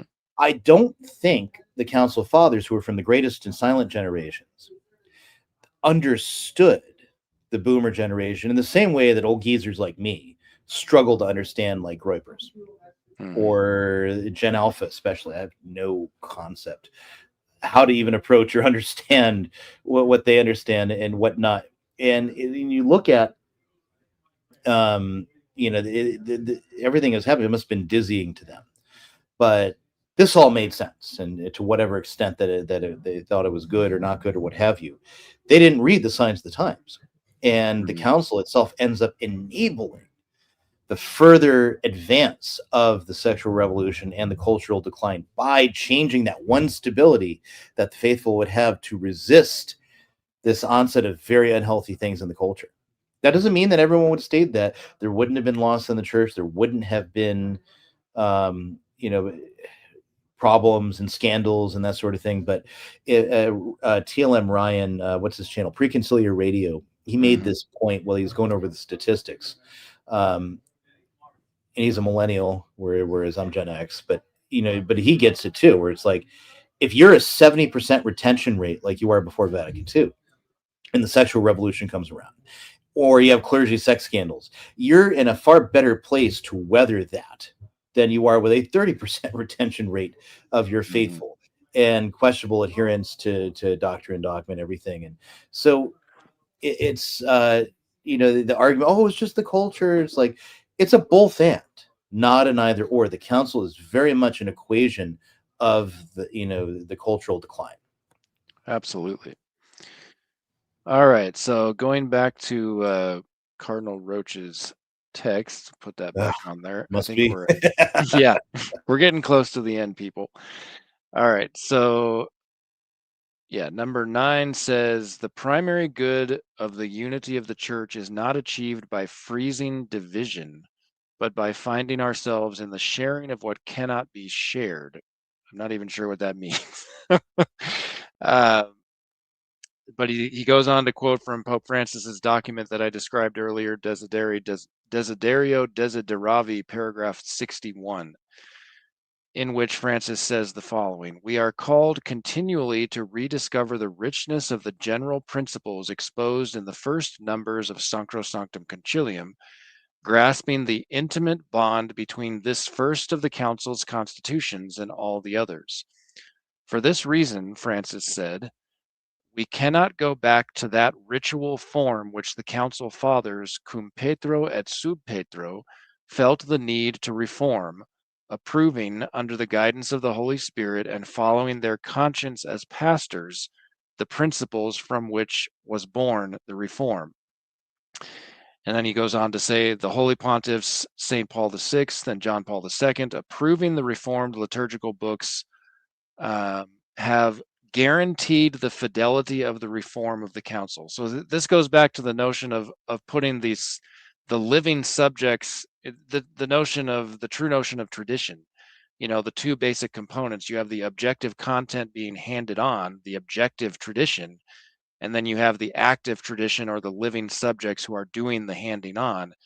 He's basically claiming, because the lawful authorities approved this reform, this revolution, that automatically de facto makes it legitimate and good. Right. And well, there's a number of problems with this paragraph. The first one is that, and this is actually a problem with Desiderio Desideravi, it's wrong. He's entirely, and I would chalk this up to whoever wrote this for Pope Francis, rather than saying he's an idiot, because he wasn't an idiot. But although, because I don't want to say it's malice of the Pope without having evidence of it, but the text is wrong. That's actually not what Paul VI is doing there. And I'm taking this from Joseph Shaw's response to this document. I saw that and I looked it up and said, yeah, there's something wrong with this. And I noticed Shaw had seen the same thing I did, but he elaborated on far more eloquently than I could. And so let me just read 3 paragraphs from Joseph Shaw's response. You can find this on the Una Voce website. Sure. I'll put the link in the chat so you can put it up. In the quoted text, Pope Francis implies that the traditional mass impedes in some way, and he's referring to the quote from Desiderio Desideravi, which closes section 9. So this is Shaw again. Francis implies that the traditional mass impedes in some way that possibility of lifting up one in the same prayer throughout the church. At a literal level, one can see why this might be so, but if there is an explanation for why this is true of this rite and not true of all others, we're not given it in this text. It is not, in fact, surprising that the post-Vatican II Church has tolerated a variety of religious rites and usages, since the Council taught that these do not, in fact, compromise the unity of the Church. It is called upon the Eastern churches in communion with the Holy See to, quote, return to their ancestral traditions, unquote. In other words, they should put into reverse the process of Latinization, which had seen a gradual convergence of their rites with those of the West. As for the West itself, Sacrosanctum Concilium insists the Church has no wish to impose a rigid conformity in number 37. If Pope Paul VI's words about a one and the same prayer seem odd in this context, it's because they've been both mistranslated and taken out of context. The translation of the Apostolic Constitution on the Vatican website gives the more accurate one, unique prayer, in eadem una eademque cunctorum precatio. Since Latin had been defended by some as a guarantee of unity, Pope Paul is pointing out that despite the different languages henceforth to be used, the Mass is still the Mass. It is the one unique prayer that unites the Church in spite of liturgical variety. He's saying the precise opposite, in fact, of what he is presented as saying in Pope Francis's quotation of him. So let me get this up here. But it's one of those things that is a surprise, just as so many things in the claims in Traditionis Custodes and even the claims in other places here are, well, they're false. But let me get to the rest of this thing too. So,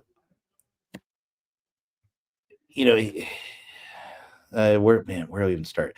The primary good of unity of the Church is not achieved by freezing division, but by finding ourselves in the sharing of what cannot be shared, as Francis says. And so again, like, unity is this exclusive adherence to the the Reformed books after Vatican II, right? That is, for them. But that suddenly doesn't apply when we're talking about the Eastern churches. They can have unity without explicitly these books according to their tradition.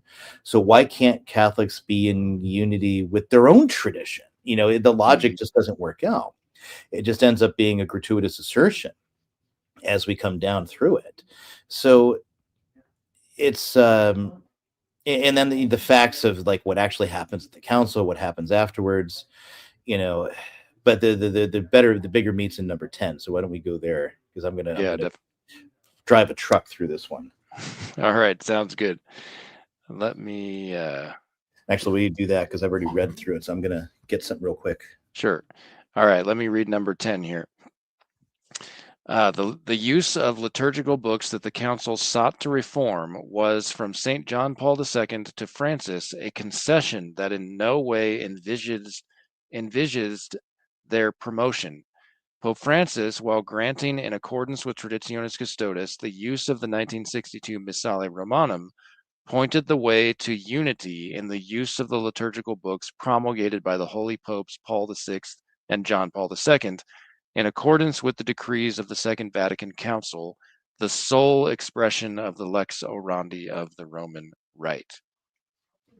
So, what say you, Ryan? What I say? All right. So the first one is in the opening where he says the use of liturgical books that the council sought to reform was, from St. John Paul II to Francis, a concession that in no way envisaged their promotion. All right. Well, that's a lie. There's no other way to put it. And whether that originates from Roche, from Grigio, or Grillo, what's that guy's name? That a theologian that despises the traditional mass. It's like Grillo, or I can't remember off the top of my head right now. Maybe somebody knows, but but in reality, John Paul II and Benedict said exactly the opposite. I would just go to I got Ecclesiae Dei flicked up here, so this is number 6, John Paul II. By virtue of my apostolic authority, I decree the following, and then let's skip it here. This point.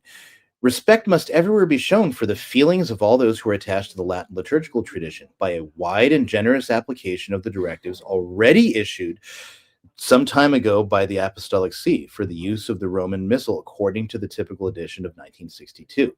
So what John Paul II is doing there is saying, because there's already an indult at that point, Tres Apinganos is his document that gives this, an indult. There is an indult prior. And also, by the way, Paul VI had given an indult as well. So it's not as, he misses a bit when he says it starts with John Paul II. But besides that, it's like clearly, that wasn't enough. And the Pope is appealing for the promotion. Now, you could argue his reason is to take away from the society or whatever, reasons you want to argue with, but especially in the context of Ecclesia Dei Afflicta. But he doesn't talk about it in that light. He says this is to be applied very widely and generously, as in it's to be promoted. To say nothing of Summorum Pontificum, where Benedict says explicitly that the traditional mass was never abrogated. In principle, any priest could have said it, and he desires their promotion. What's Benedict's solution to the disunity and the liturgical crisis? Well, his idea is, let's it's somewhat Hegelian. It's not a perfect solution, although I do support this, but not necessarily for the reasons he might have. But the mass should be in all the parishes. And that's clearly what Bishop Sample understood, Fessio understood, all your reform type people understood this back then. That, and it's clear at Summorum, every priest has the right to say the traditional mass. What is that but promotion? It's not every bishop will find a priest that'll say it for these few holdouts. So we just give it as just to allow it. No, it was promoted officially, even by the Vatican under Benedict. Right. The reason they put the brakes on it is that promotion was a little too successful. That's the problem.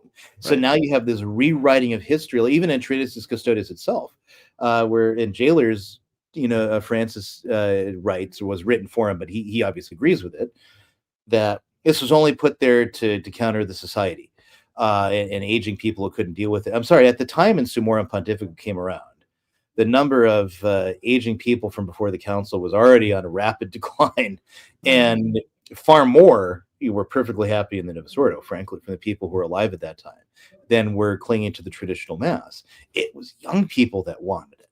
And you can't claim they have nostalgia for something they never experienced. It was this desire for the sacred, which Benedict called a legitimate aspiration. So, but now they're saying no. This was just we didn't want to envisage their promotion.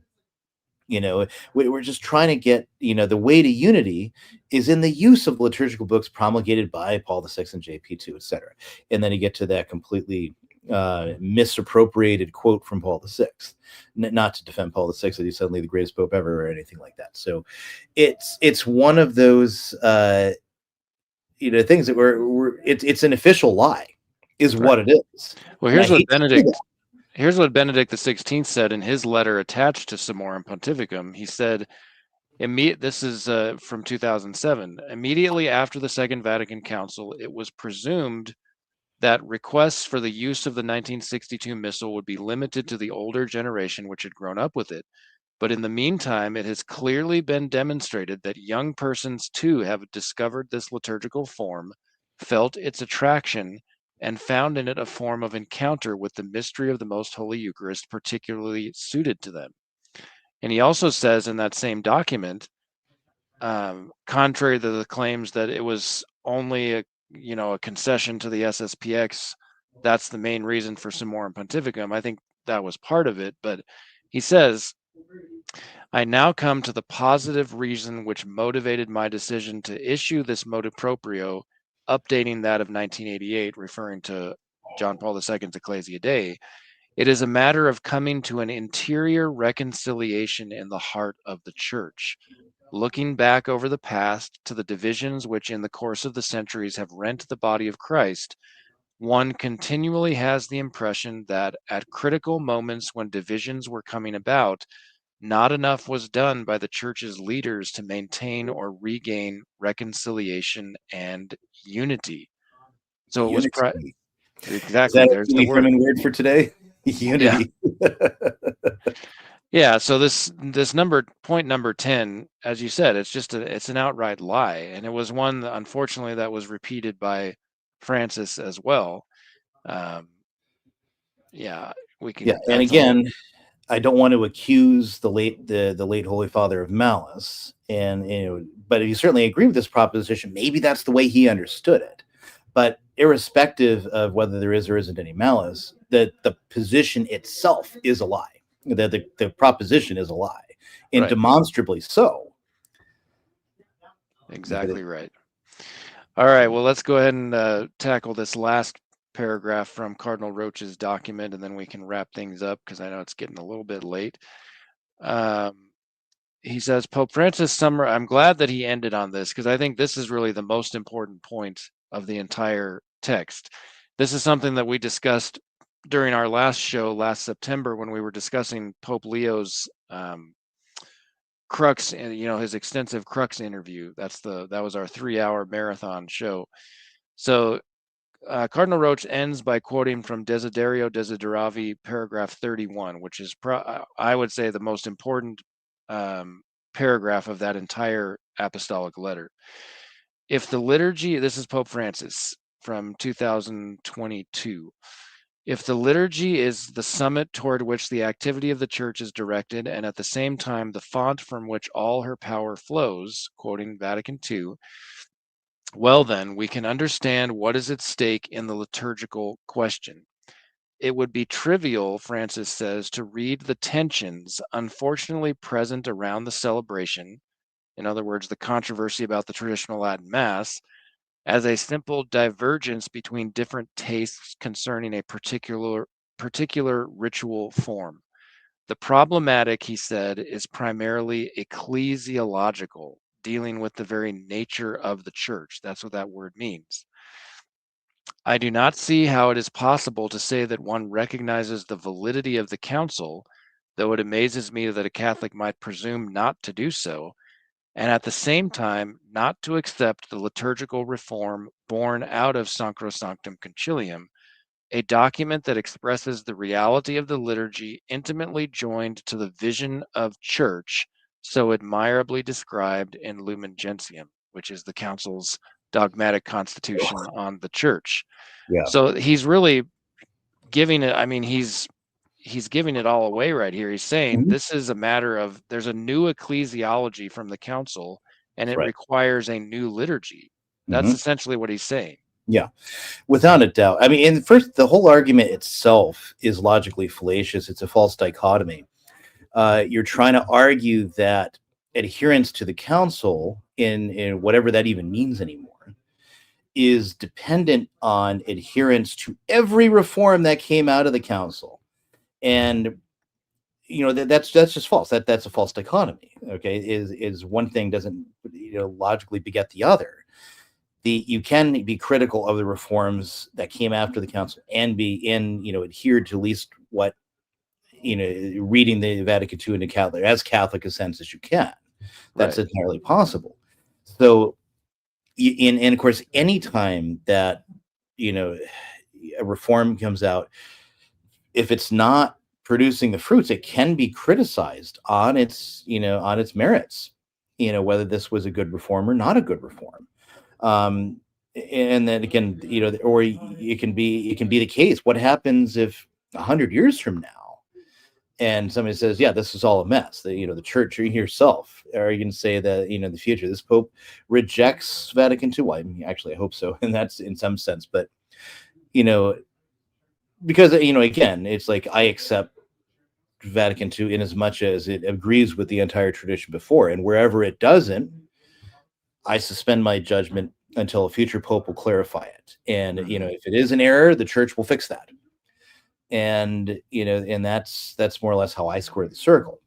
Mhm. So, but for them, and as you pointed out quite accurately, and again, this goes back to, like, again, to Fagioli, it goes back to all these people that are your official expositors for Francis and now Leo. It is a new ecclesiology. It is a new church. We just can't get around it. Is what they Mhm. mean to propose for us is an ape of the church. And I like that language. I don't know if Fulton Sheen drew it from C.S. Lewis, but like the final battle where Aslan, who's the figure of God in the Narnia world, right? Well, they have Mhm. this monkey wearing the suit of Aslan, but he's really an ape. He's not Aslan, right? And fools people for a little while. So and here we are. It is the ape of the church. It's like the last phase of the passion of the church before the coming of Antichrist, in my opinion. If I was going to read that that way, of course, that might be false, and we might be another 1,000 years for Antichrist. Who knows? But either way, this is an ape of the church that they're trying to foist upon the true church, Mhm. and and this is the framework. Everything from Vatican II is sacred, infallible, flowing like from the mouth of Apollo, and you can't possibly criticize it without being, treacherous against the gods, as it were. To think of it in those terms, that's really what they're doing.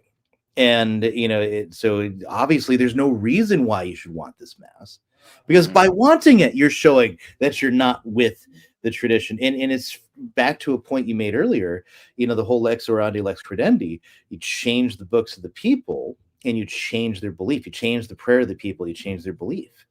And what happens now when Catholics whose only experience of the church is the Novus Ordo, generally catechized somewhat, and they see teachings from older popes, from saints, and they throw a nutty, that's not Catholic doctrine, that's just some saint, that's not relevant today, and they'll freak out about it.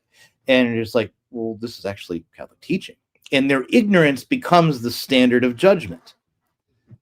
And Mhm. that's the thing that kind of floors me. It is, in so many cases, it is their ignorance has become the standard of judgment, and it's truly astounding in so many ways. But that is really what it is, because the Novus Ordo has, you know, changed the belief of the people. And even where it doesn't do it actively, it does it passively because it doesn't, inculcate the full. Now, granted, the traditional liturgy didn't necessarily inculcate the fullness of the faith, but it's your basis. That whole Fons et Culmen, the opening line of Sancrosanctum Concilium, or it's not the opening line, but the liturgy is the source and the summit. Fons et Culmen. That's a traditional principle that is the source of the whole Christian life. Right. And in all the prayers are arranging your mind, arranging your psyche, your whole habitus into how you approach God and the faith. Change that. Well, I was a little surprised why you get so many people who come to the conclusion, well, this can't be the true church, and they just leave in the 60s and 70s because you changed everything in what was like the bedrock, and you didn't think it'd be changed. And then even for the novice, everything's changing. And you just do something like make the prayers of the novus a little more conservative back in 2016 or so, or 2012, or when was that? The new translation. I think it was 2011. And then you've got the old liberals throwing a nutty, for the same reason. They adopted a right notion of tradition, but from the wrong source. Their whole source Vatican II and the New Pentecost and that business. So Francis in Desiderio Desideravi, paragraph 31, you see that he mentions the vision of church so admirably described in Lumen Gentium. Well, what is that vision exactly? I would say that it's epitomized by the phrase "the people of God," which is often used in an egalitarian sense. It is a legitimate scriptural phrase, but it's abused. But when Lumen Gentium talks about the people of God, it includes this novel notion that the church is somehow linked with, that's the language the document uses, all manner of non-Catholics. This is from Lumen Gentium 15. The latter being, quote, related in various ways to the people of God, from Lumen Gentium 16. And then it goes through a litany of these different groups of people. You have non-Catholic Christians, basically Protestant Orthodox. You have Jews, Muslims. The document says those who in shadows and images seek the unknown God, and even atheists, those who, quote, supposedly without blame on their part have not yet arrived at an explicit knowledge of God. I don't know how Lumen Gentium can maintain that atheists can be without blame, because it's contrary to the teaching of Scripture in Romans 1:18, where they're inexcusable for, St. Paul says they have a knowledge of God through the created order. That's what Vatican I taught. So I don't understand how they can be without blame. Fool has said, or again, the fool has said in his heart that that there is no God. Right. Although Lumen Gentium, I'm gonna have to look over it. I don't know anywhere where Lumen Gentium says that atheists have the vision of God as well. Well, it says, what the text says is that not that they have the vision of God, but that they're linked in various ways with the church. It says those who without blame on their part have not yet arrived at an explicit knowledge of God. Those people too are linked with the church in some nebulous way. And then of course you have that's where you get there's so many, because there's a sense in which that can be true. Any grace that they receive through the mediation of Our Lady and through the church. Any grace that comes down to them in that way, benefits that come down to them in this life come from the church. That there is a sense in which that they are linked, but not but certainly not in a way of of actual active faith. They can't be saved without active faith, because it's in without faith you cannot please God. Right? Exactly. So, and then again, the whole idea of like implicit baptism and desire, St. Thomas rejects that altogether. It says that at least, you would have to have mediated to you more directly some knowledge of the Trinity or Christ. And that would, and that's the Thomist position. You can't have this notion that like your Ronner's Anonymous Christian type of thing. That's completely contrary to the mind of the teaching of theologians on baptism and desire. Right. Which again nobody understands today, because they all think it has something to do with just wanting to be good, which is not the case. An atheist cannot be saved as an atheist. An atheist can be saved in as much as through he embraces the merits of Christ's redemption by an act of faith In other somehow, words, renouncing his yeah, atheism. right. And even if he doesn't do it formally, as long as he embraces and professes Christ and has true faith, somehow prior to his death, right, and baptized if he can, and if not, it depends on the level of his contrition and what way God came to him. But to fulfill the actual requirements of that teaching. Right. Otherwise, yeah, it's again, but that's the famous ambiguity of so many of these things in Vatican II, where Right. you can have a statement like that, and probably Council Fathers we listen to that and we say, well, yeah, they do have a connection to the church through grace. Although, again, I can't think of any place where Lumen Gentium said, unless they use a different word. Um, because like I don't remember that. I'm looking at it here, like I'm trying to find everything I can for atheists or unbelievers, agnostics, and I'm just not picking it up. But Mm-hmm. be that as it may, you know, yeah, it's like non-Catholics. Can a non-Catholic be saved? If they're baptized, yes, if and like Cardinal Below teaches this, Mm-hmm. if they never heard the faith properly preached, so their only notion of the Catholic faith is this caricature of the faith, Mm-hmm. and they've never had a chance to actually reject the real faith, and such a person perseveres in love of God to the best they're able with the means at their disposal. Mm-hmm. Then such a person can, not will be, can, be saved according to the economy of salvation through the grace of the Catholic Church, not and the merits and redemption of Christ, from which that flowing through the church, not because they were good or some nonsense like that. Mm-hmm. So, and then for the unbaptized, like St. Thomas says, God would have to reveal to them knowledge, of the Trinity at least, or in Christ. So it's Right. in some fashion that they would understand and be able to assent to. So that's the reality.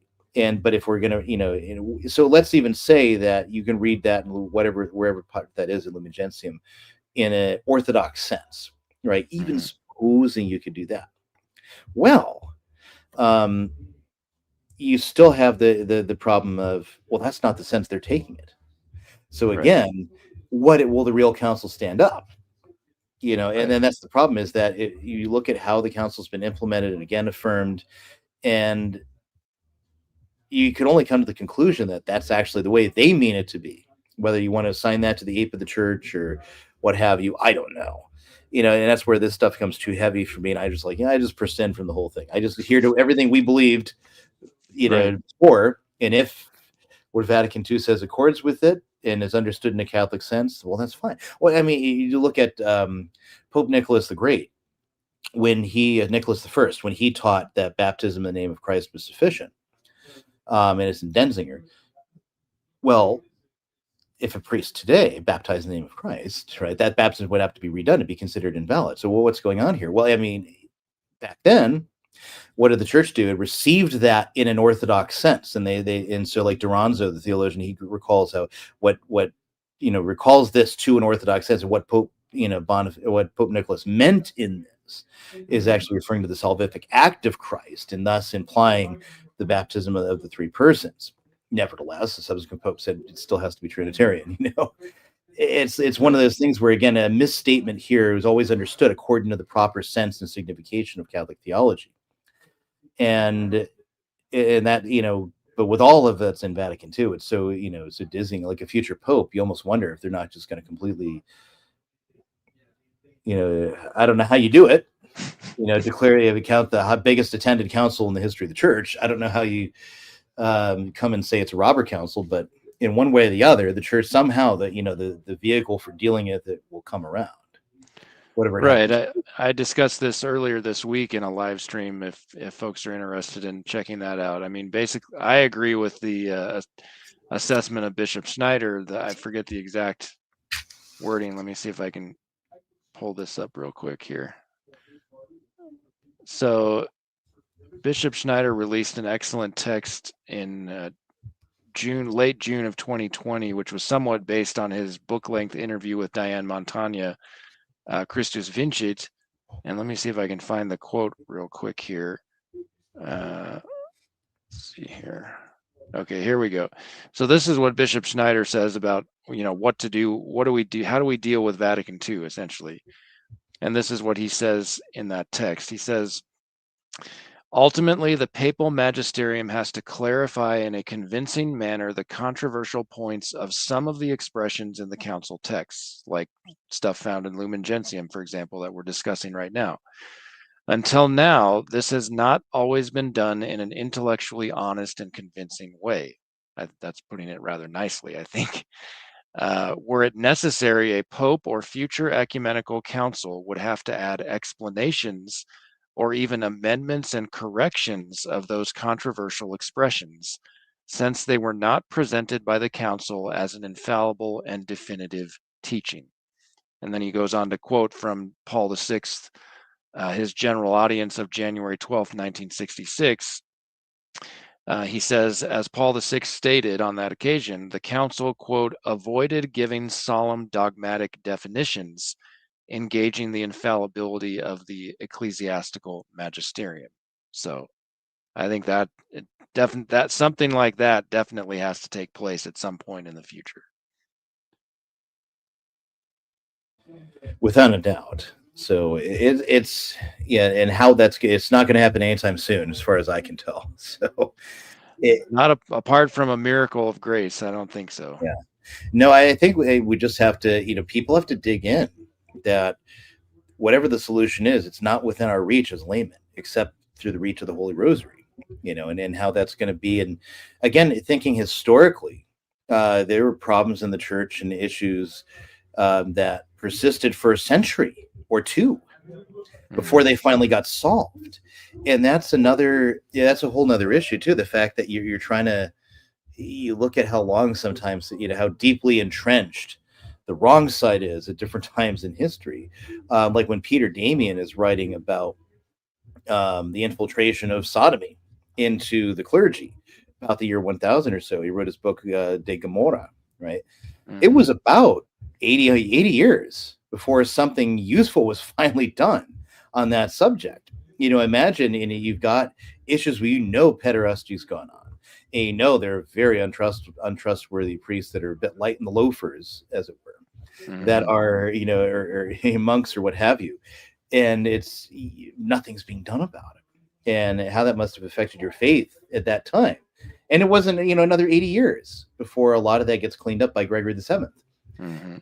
Again, St. John Capistrano, St. Bernardine of Siena, they didn't just work for reform in the Franciscan order, they worked for reform in the Universal Church. And a lot of the reforms they championed didn't even come about until maybe 60 years after Trent. And it's, you're in the middle of so much. And it's, we don't know exactly where we're at. Are we in the middle? Are we at the end, close to the end? Are we at the very beginning still? A very long period of decline and problems and falling away. It's unknown. We don't know. Right. All we can do is be faithful. Right. I mean, ultimately, we have to. Maybe this will be a good quote to end with, but Francis was very fond of selectively quoting Saint Vincent of Lerins regarding doctrinal development and abusing Saint Vincent of Lerins to try and justify the evolution of dogma, essentially. I'm noticing a pattern. Yeah, exactly. Exactly. So Saint Vincent of Lerins in his Communitorium has some words that all of us should take to heart. So he says here, I'll just read a couple things real quick before we wrap up here. This treatise of his was devoted to, he says, in chapter 2, I've often then inquired earnestly and attentively of very many men eminent for sanctity and learning, how and by what sure and, so to speak, universal rule I may be able to distinguish the truth of Catholic faith from the falsehood of heretical pravity. And ultimately he says, we must, the Lord helping, fortify our belief in two ways. First, by the authority of the divine law, and then by the tradition of the Catholic Church. And he says, moreover, in the Catholic Church itself, all possible care must be taken that we hold that faith which has been believed everywhere, always, and by all. That's one of his principles. This rule we shall observe if we follow universality, antiquity, and consent.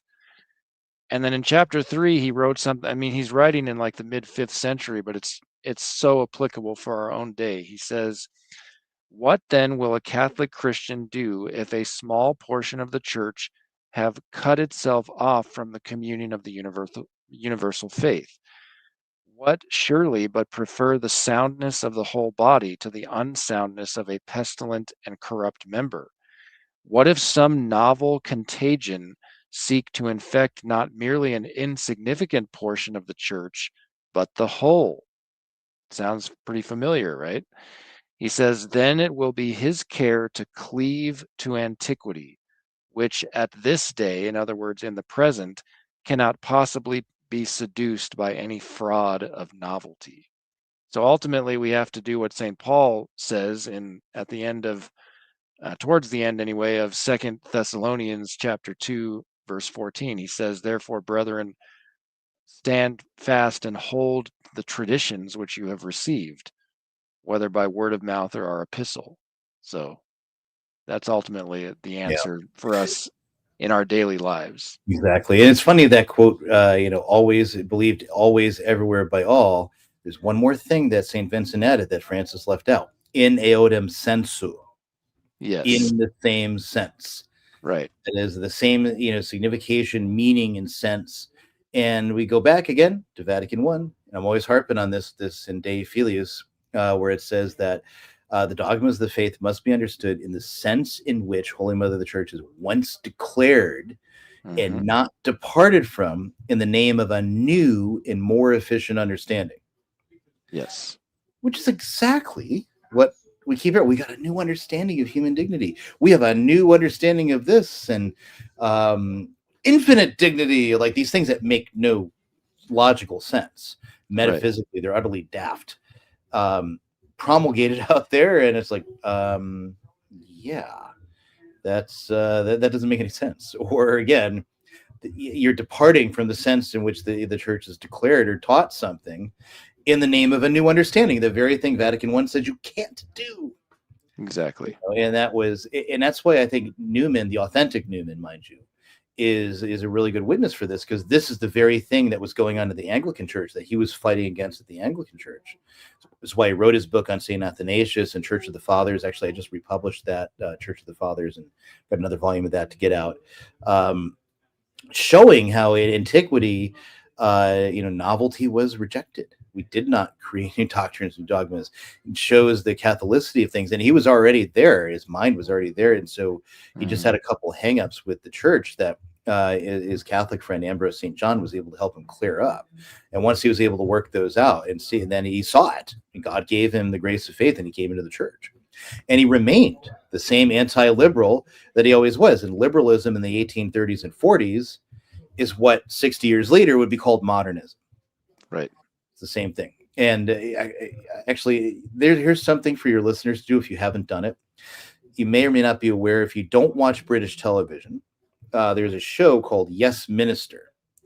And it was out in, I believe, the 80s, late 80s or 90s. I can't remember. I have to look it up when it was out. I saw it much later. And then there's a part where Paul Eddington's character gets promoted, or he gets elected prime minister.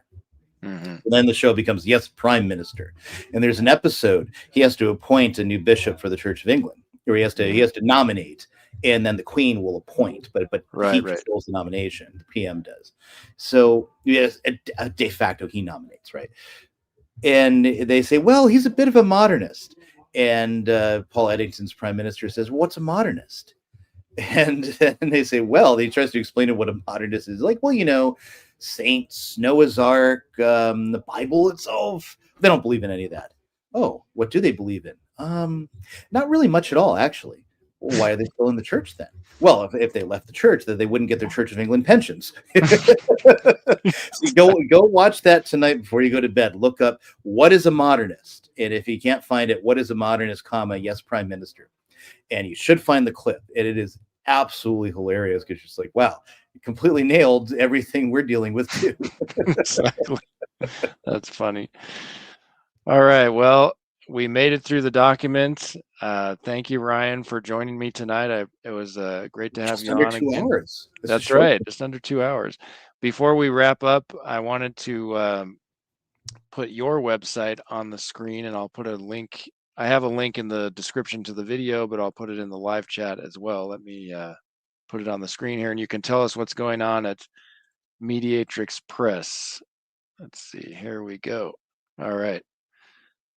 So go tell us what's going on at Mediatrix Press. Time to grift. All right, time to grift. Well, you know what? I'm gonna. I just put on a put a video up. If you can see it, why don't you go ahead and play that? Oh yeah, here we go. All right. For a word from our sponsor. When modernism gets you down, you need to get away from it all. Lose yourself in a book from Mediatrix Press. Our ever-expanding list of titles on history, theology, and the lives of the saints offers something for everyone. Don't be deflated by Jesuitry. Visit mediatrixpress.com today. Nice. Cheesy little video, but it does the job. So. That's right. And this one in particular, oh, that's right. This you said, but Yeah. Mediatrix I Press. translated it, but Father Rippiger owns the copyright because he paid for it. Yeah, that's right. That's right. Okay, but do you sell this book at Mediatrix Press, don't you? Or I no? used to, but once I got it set up, Father Rippiger had his press set up, and I, got him the interior files. Although I need to do a revision of that. That was the very first work I ever translated, and it was such a very technical, Thomistic work, and I was still getting a handle on all the scholastic idioms, technical terms, and usages, and so I was terrified I was going to misrender a technical term. So I kept a lot of it very literal. Now, I have a lot of positive feedback from lay readers, people who aren't particularly trained in theology. I have a lot of hate from PhDs, but I noticed most of the hate is people who are, saying, hey, to really understand this work, you need to read Walter Casper and get into this book, and his book basically rewriting the Roman school and why you should ignore them is really what they're showing. So they're mad that any idiot can read this now and they don't want it out there is really what it is. And also shows how Congar completely misused miscited Franzline in his own work on tradition. And once you get one and you can see that, you're like, wow, he completely inverted it. But there are still things that are a bit harsher, that really do need to be softened up a bit, and hopefully I'll get around to that in the future. So Mediatrix Press, though, there's a long period where wasn't much going on, and as because after the death of my first wife, I just wasn't doing a whole lot. And I've got a bunch of things that are like just there, not quite done, and working around kids and family problems, and his son who just turned 18, trying to get him set on his way.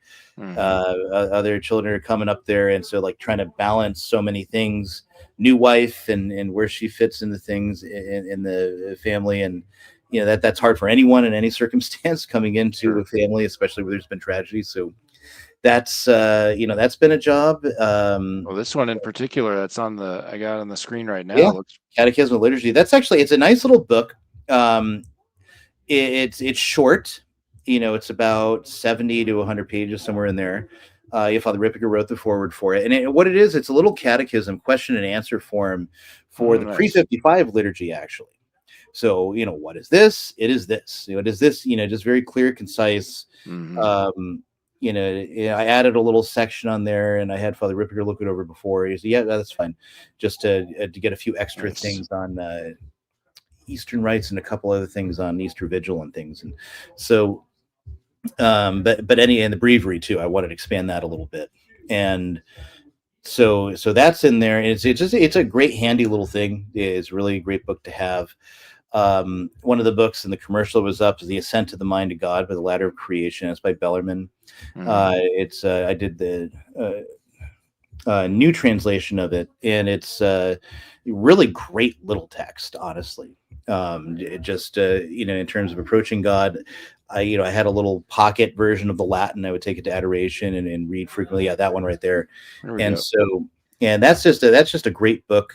by the ladder of creation. He just it's very classical and geocentrist actually in terms of its cosmology, but it's not trying to teach that. It's using that as the vehicle, from the fathers and other things to understand how to reflect upon creation, much as St. Robert Bellarmine did, Nice. growing up in Tuscany, where you've got the wonders and beauty of creation all around you. Or if you're in a really flat place, no disrespect to our brothers and sisters in Kansas, but if you're living in Kansas, you don't have a whole lot there to recommend from the study of nature. So, so to write this book, I mean, you couldn't have been from the desert or from Kansas or places like that. But it's just a wonderful book to really help you get into the God, through meditation of who God is.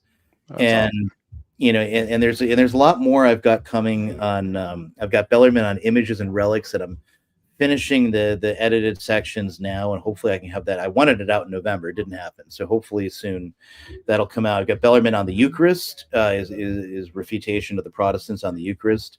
That's been a job doing it. A lot of things I've been working on gradually, but not gotten one thing to completion, and there's a lot of those things hovering around that hopefully will coalesce into having lots of things produced and going to print soon.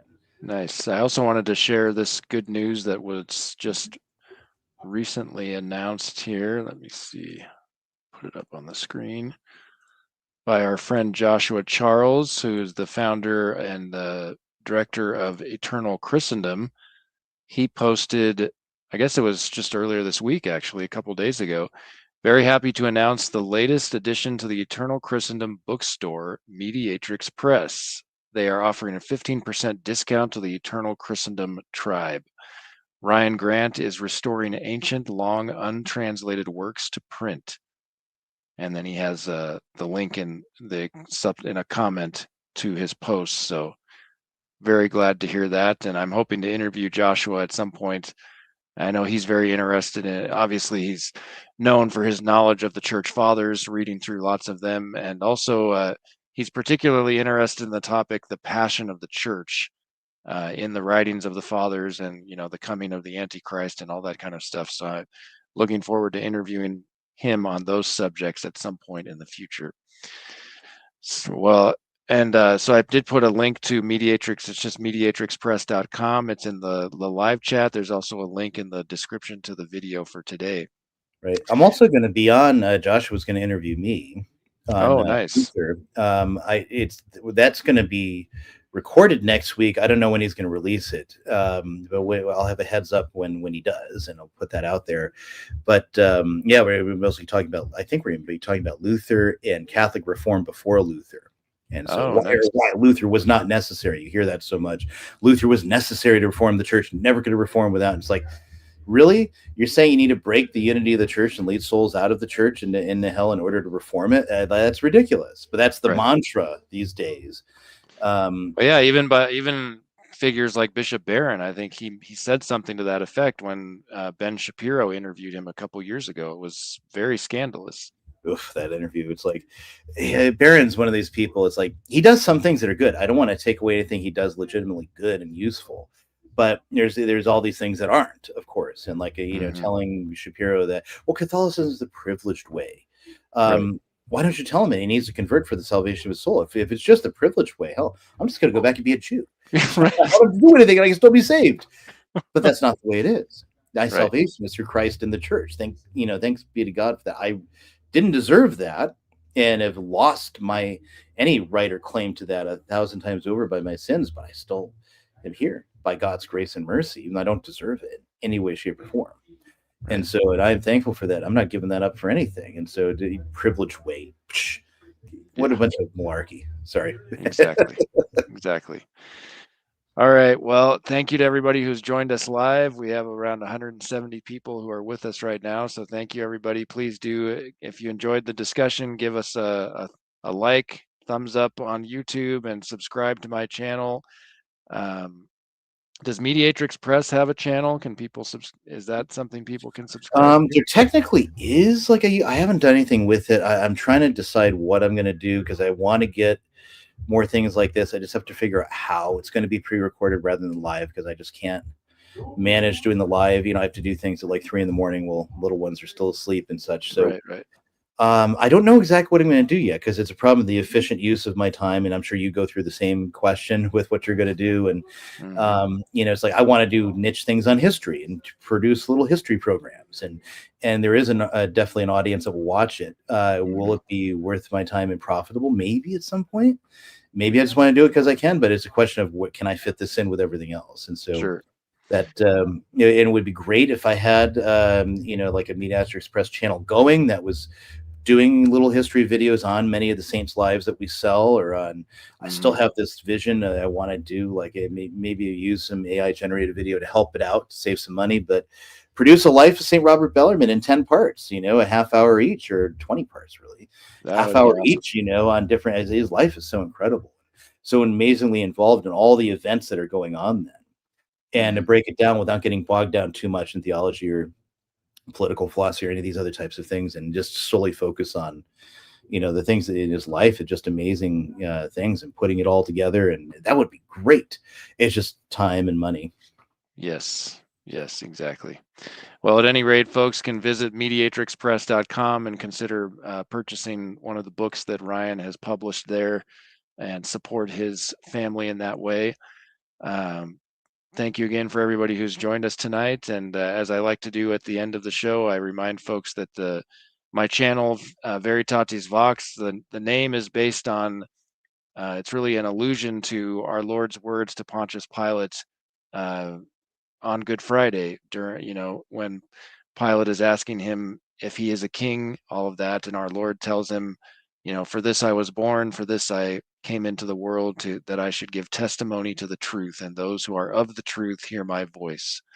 So let us be sure that we are people who are of the truth, who are hearing the voice of Christ, the voice of the Lord. And as it says in the Psalms, if today you hear his voice, harden not your heart. May we be receptive to his words, to his grace, and keep the faith. So God bless you all. Until next time, I hope you all have a wonderful rest of the week, and take care.